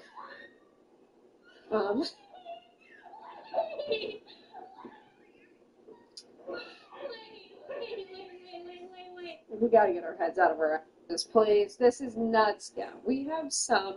What the fuck? What? So,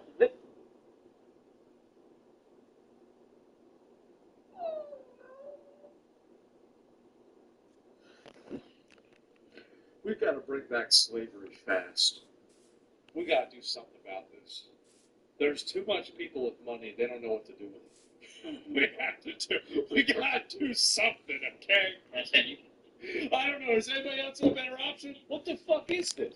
This is a Labubu doll, and it is just the latest viral collector trend to take over the world. This cute and slightly scary looking doll is in the hands of celebrities. It's getting unboxed online for millions of viewers, and it has now made the creator of this business a billionaire. But well, this is objectively impressive, of course. It is not exactly a unique story. Just a few months ago, we had people stampeding Targets to get Stanley water bottles. We haven't had people. It's the same group of people every single time. Everybody knows this. Influencers spending millions of dollars on Pokemon cards, and you can probably think of a few dozen other examples of things that people collect. But it just seems that this trend of collecting is getting faster and faster. This is going to be maybe a really hot take, but I think collecting things is like almost a mental disorder. I think it's weird. Like buying all of the consumer products of a certain type. I mean, when I was a little kid, right, I wanted to have, like, Mario figurines and stuff like that, but I was like, nah. Like, now, people make collections of stuff, and I'm like, what are you doing? I guess, and look, and I can say this, but look at my mount collection. But the thing is, I'm not doing that anymore. And I can look back and be like, oh, that was fun, but it was dumb. Like, damn, man. Fills the void, I guess? No, is collecting socially acceptable hoarding? Organizing baseball cards. It's worse. Coins or something in your basement, and now with people collecting coins is different because people do this as appreciating assets. If you are collecting things in order to, hold on to them so they will appreciate and value, that is a different issue than people that are just collecting Funko Pops or Labubus. I thought the guy saying Labubu was like, he just made up a funny name for bullshit. I didn't know this was a real thing. Throwing hands outside of stores to get their hands on this happens, and not like young kids, at the playground throwing hands, like grown adults exchanging fists. And they just do that because they're scalpers and they want to sell them online. I mean, it's just like them selling anything. This is happening while climate change destroys the planet and set new records for loneliness, financial instability, and general dissatisfaction with how life is going. And here's the thing, is that I don't know if he's going to cover this or not, but it's a well-established phenomenon that a lot of people in times of financial and emotional distress and turmoil end up spending more money on stupid bullshit. They do. They spent more money on it then during a recession. A coincidence? Absolutely fucking not. Jesus. So a few months ago, I watched a video from our friends over at Answer in Progress about this doll. And the only thing I could think of was those bloody Stanley water bottles. Like, I know that one is a water bottle the size of your head, and the other is a kid's toy that's getting some real, Chucky vibes, I guess. But they're the exact same. They're stupid collector's items for people that have more money than sense to collect because they have nothing other than that in their lives. They're just stupid little things for people to do. Link around these two trends feels the same. And I would know, because on this channel, we have covered a lot of the biggest consumer trends that happen. I like this guy already. I'm going to subscribe to him. I like this guy. He's an asshole, and he thinks this stuff is stupid, just like I do. Last 4 years, you may have seen some of them. Yeah, I like him. To this channel. So I think we can probably say confidently that the interesting collecting stuff is not going away anytime soon. But now I'm going to give you my sort of personal perspective on this subject, as an anti-collector. I have made it my pride and joy in my... Yes. Yes. I like to not really collect stuff. The only thing that comes even remotely close to that is a collection of pottery that is in our house, but really that is all led by my wife. And one of the only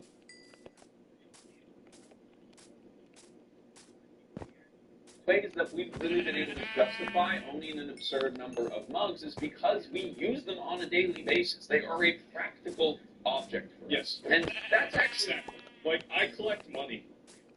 That's one of the things that I like collecting.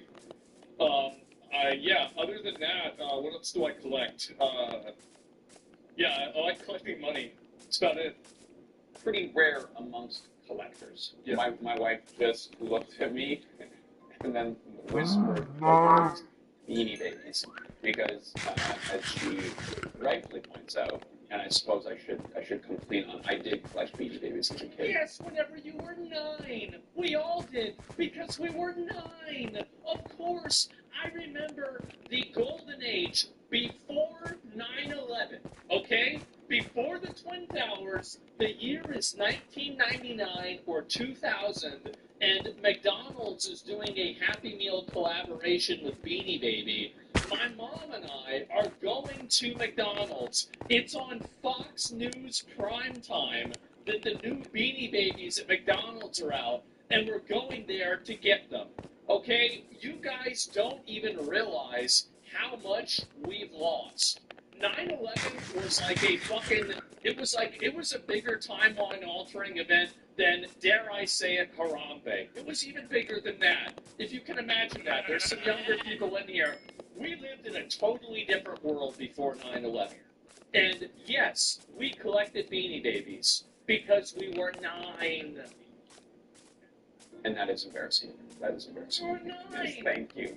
Thank you. So we did find an article that was written by an actual professor on the subject, and he seems to know what he's talking about. And he gathered 3 basic reasons as to why we collect stuff as a society. Institutional collecting and the associated appropriation of culture, which I interpreted as the way that we preserve history and culture. I think that's a structural thing, the way that museums are. He's making a cultural critique, not an individual one. That makes sense. Obviously, we should try to critique and collect and keep artworks, obviously.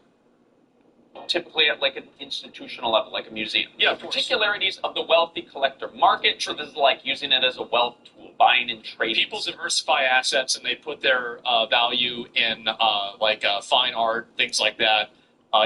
He's totally right about this stuff, right? Like think about art and whatnot. And then and of course nowadays they do it with Furbies. We love that. Individual collector as a psychological oddity, which is all to say that some individual collector is a psychological oddity. That is the much more politically correct way of saying exactly what I say. People are just weird and like weird stuff, I guess. That's my favorite category. So he elaborates on this a lot more in the full article, but basically what he's saying is that a collection can be a means of accumulating wealth, of retaining some sort of cultural tradition, or a connection to a community that you find interesting. A full manifestation of the collector culture is one that does all 3 of those things. Of course. Now, this made a lot of sense to me, but I was also not surprised to learn that collections became a lot more popular after the advent of the internet. Because, of course, because it made people more mentally ill. Yeah, that tracks. I believe it. I don't need any evidence for that. I believe it. Like everything else, internet took something that humans have always done and just made it faster and more productive. Today, more and more people are collecting, and they're collecting more and more things. And this is most common, particularly amongst younger generations. As a millennial here, I have to clarify that younger generations means like Gen Zs, which are like people that are just coming out of high school now. 26, 27. Like in university, not like young people, like kids. Because this is actually not a story about kids collecting toys. It's about adults collecting toys. This is the fucking... This right here, bro.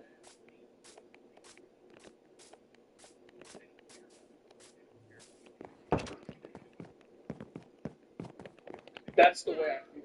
You need to stop. This is enough. That's literally you if you shave your head. I know that, but I'm not unboxing dolls. That's the difference. But more importantly, the act of collecting has changed a lot. Collecting used to happen over the course of your lifetime. If you happened to find something that you liked or you were really interested in it, you would buy it. And you'd maybe hit some garage sales now and then for a specific thing that you had in mind. Creating a collection was an art. I do not do this. And a process. One You that have a collection of vacuum cleaners. That, you remember when I was talking about like the 2% of people that like could be institutionalized? If you own more than 23 vacuum cleaners, you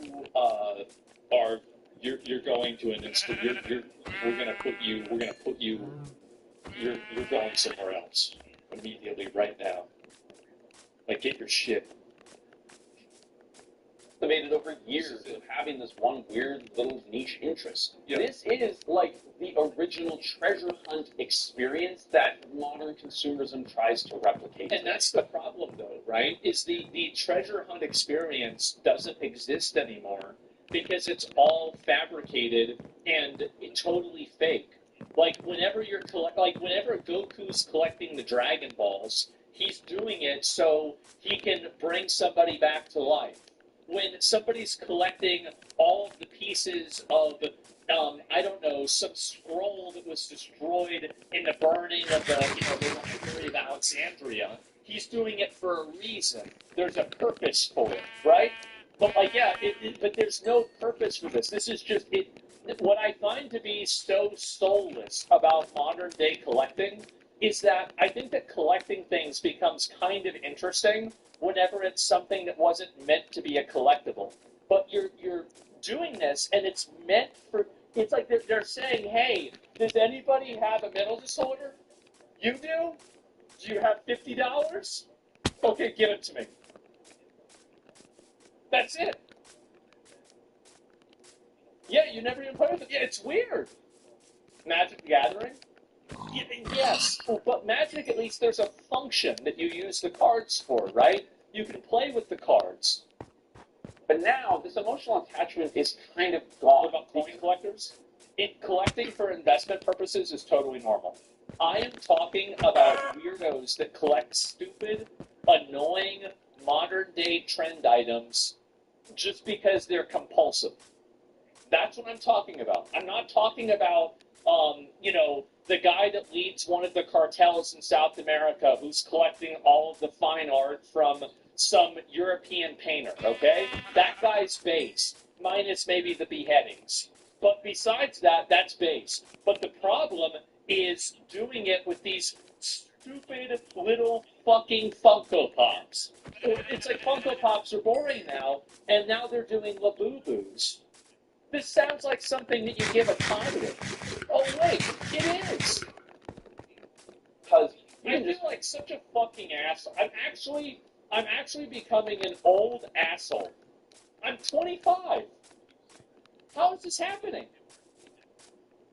Buy everything that you ever wanted online instead. But before we get into that, I just wanted to mention, and I don't think we've ever said this on this channel before, but we don't use any AI in the creations of these videos or the writing of this script. Like, we don't use ChatGPT. Every article that we bring up has been searched by either myself or Lou, who's the producer for this channel. And we put our sources into a document that is always linked at the bottom of these videos. So if you want to see where we're getting our information from, you can always check that out. It is in the description right now. That's pretty badass. Along with some other links that you might find interesting. That's impressive. But back to Labubu. This is, I think, quite literally a product of our internet-dependent culture. Yeah. Just like in the past, collecting cards or coins or whatever was a way for you to connect with other people who also collect cards. Yeah. Or a way for you to hold on to fond memories of the past when you yourself... I used to collect Magic cards, but I didn't collect them. I just simply bought them from people so I could sell them for more money. Like, it wasn't really... This is like an asset transfer. It's not like I have to get all of these items. Or play baseball or whatever. But the internet has changed fundamentally.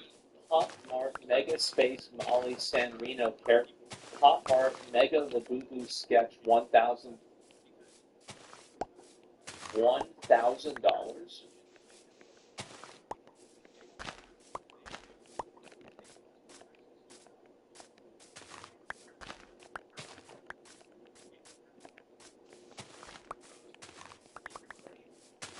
One part of the collecting experience, and that is the resale market. Because according to our academic friend we referenced earlier, in the past, people who collected stuff. The thing is that anybody who thinks that they're going to make money in a resale market is a retard.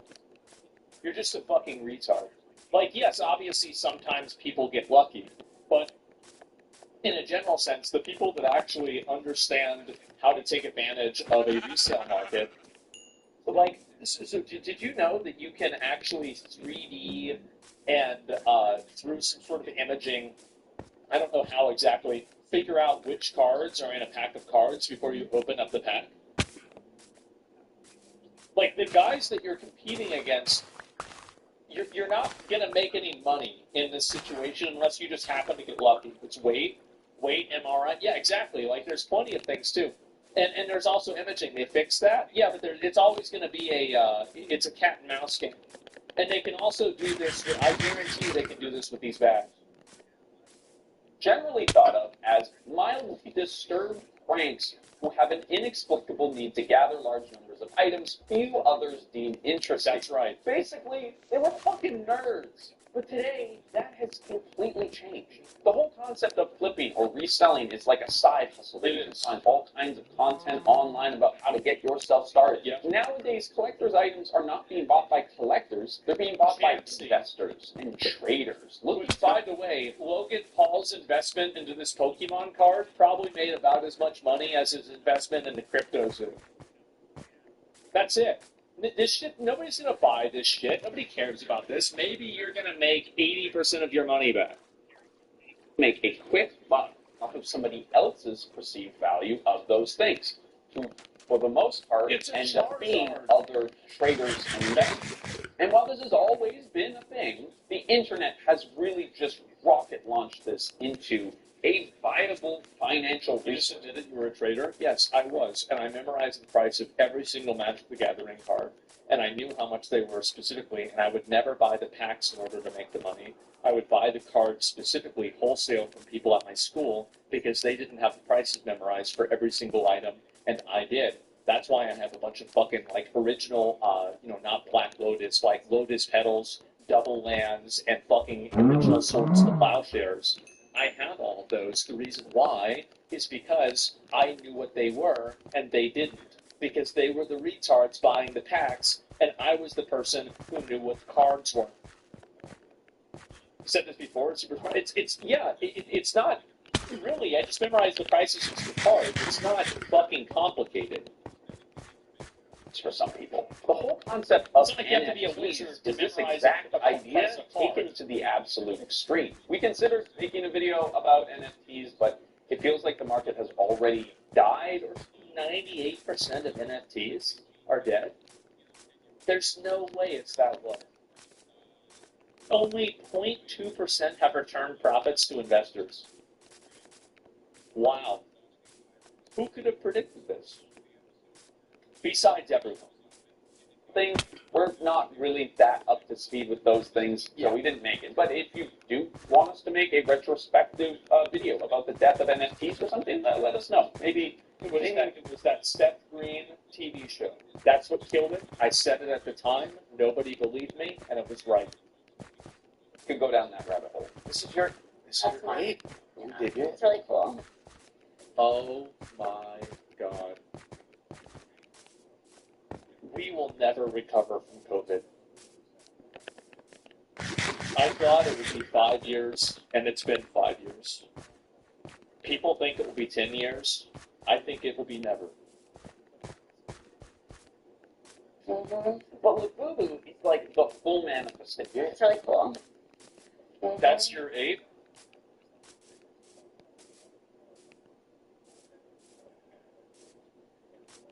That's mine. God. It's mine now. It was that easy. I just stole it. Oh my God. But Labubu is like the full manifestation of all the tools that companies can use to manipulate you into buying something that you don't need, and it is honestly kind of impressive. The UK has recently had to stop selling these things entirely because people were assaulting each other trying to get one. And it Again, this is so. Remember when I was talking about how I wanted to put a lot of people in jail. This is one of the groups of people. Like anybody who's getting in a fight over scalping collector items to sell to, bored middle-aged women. You go to jail. You go to jail for that. I don't. No more. represents a broader fever around these things that I think is kind of wild. Fans have been cited saying resellers ruin everything, insinuating that the resale culture around these dolls is a main reason why they're constantly selling out, which is in turn angering crowds. And at first I was kind of like, come on, man. Like, is this really that big of a deal? But apparently, people are buying out these toys. Two guys bought all 10 and then started to resell them at the machine. This is 100% what I would do too. Absolutely fucking based. 100% based. At Pop Mart vending machines and then just reselling them Did you ever own a Furby? I was born in the year 1990. Of course I owned a Furby. To the people in line behind them. And on top of this, the resale market has actually gotten so crazy that Lafufus, fake Labubus, are being sold. Oh my god. They're knockoff Labubu. What is this? Is the kind of stuff that like you buy your kid if you want your kid to know that you don't actually love them. It's like you have like one kid and like for whatever reason you don't like him, you buy him one of those. Everybody else gets a Labubu, he gets a Lafufu. People who are on the hunt for one of these specific pieces. And as Sabrina talks about in their video, even without all the added drama, the experience of buying one of these toys is genuinely something else. If you haven't seen her video, you should definitely go. Well, it's just what's in the box. You open the box and you buy. And this is the thing, is that my mom did this. She was really into collecting. You know what she liked collecting? Everything. That's right. So, and she would do this on Amazon with my money. And she, and I gave her my card. I said, hey, my stream does really well. Have fun. And I don't regret a single cent. It was money well spent in my mind. However, holy shit, what the fuck am I going to do with all this stuff? Oh my god. And so anyway, she would buy things off of Amazon, and by the time they arrived, she'd forget what they were. So it's like every 3 days was like a new like mini Christmas event. Oh, what's in this? Oh yeah, I remember this. I ordered this a while ago. Really, it was insane. And then I had my girlfriend living here at the time, my ex-girlfriend living here at the time, and she's also ordering a bunch of bullshit. Every day I would open the fucking door, there'd be 5 packages from Amazon. And I'm like, what the fuck are you guys doing? What are you doing? You're buying all of this shit. Oh my god. But what she is experiencing is a new kind of marketing that is becoming increasingly common within the collectibles world specifically. These Labubu toys come in boxes, and the boxes themselves don't actually tell you what's inside them. They tell you the odds for each toy that might be in the box, and this is known as the odds for the toy, of course. How convenient. Yes, how massively and amazingly convenient. Blind box. See, this is just another layer on top of the tried and true playbook of psychological tricks to get people to buy stuff, right? Limited colors and special editions that we saw from water bottles, the collaborations with other big record I mean, if somebody likes the thing and they want to get, like, the problem isn't like just buying one of them and thinking it's cool, right? I mean, I have this, right? I bought this. Do I need this? Yes, but really no. And so, like, but I thought it was nice, but I don't have like 50 of them, right? Just one. That's it. I bought one, and then I have this one a girl gave to me. This one I got from Elden Ring.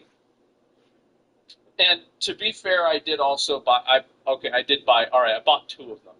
I bought 2 of them over the past 20 years. Okay, I think I've got a really good ratio. That's it. You kept it? Yes, I kept it. If I threw it away, she would have got mad. Yeah, I don't want to deal with that. Companies that Crumble was famous for, and these big announcements of an impending drop to build anticipation and excitement from shoppers that we see in the fashion world. And this latest feature is pretty well gamble. It is. So the idea of a blind box, a product that you buy without actually knowing the contents, is not totally novel either, of course, but it is easy to see why these things are so popular. There is something truly thrilling about not knowing what you're going to get. Not to me. Because that's what happens to me whenever I go to Taco Bell. I never like that. That shit pisses me off. Anytime I go there, I feel like, honestly, I go to Taco Bell, I don't know what I'm going to get more than if I buy a fucking pack of cards. And don't even get me started on Arby's. You know what happened last time I tried to go to Arby's? I got in a wreck. I'll be happy with any of them except that fuck-ass Christmas tree. I don't like that one. Please get the Christmas tree. Please get the Christmas tree. All the other ones I think are very cute.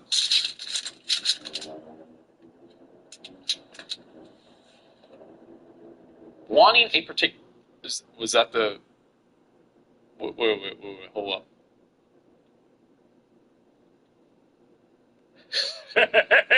Fuck-ass Christmas tree. I don't like that one. All the other ones I think are very cute. It's a star. Okay, that's funny. Wanting a particular... I give you that. That's funny. Character from set and just not being sure whether or not this is going to be the one. The unboxing experience becomes something special and exciting for people, right? Oh my God, bro, like... This guy, by the way, bro, you don't give a fuck about this. You don't give a fuck about this. You're just trying to farm these girls. You're trying... I see you. You're wearing nail polish... Like, bro... You're grinding so hard to farm these girls. You need to stop, man. You have to stop. This is too much. Because you want something, and now you have this moment of sort of limbo where you get... Don't tell me she was doing this shit too. You know what I should do? I should buy 10 of these and then set them on fire. The end of the stream, it's an unboxing stream, and at the end of it, I set them on fire. That sounds like how much are these? How much is a boo-boo? No, it's more than it's beating out Lamborghini?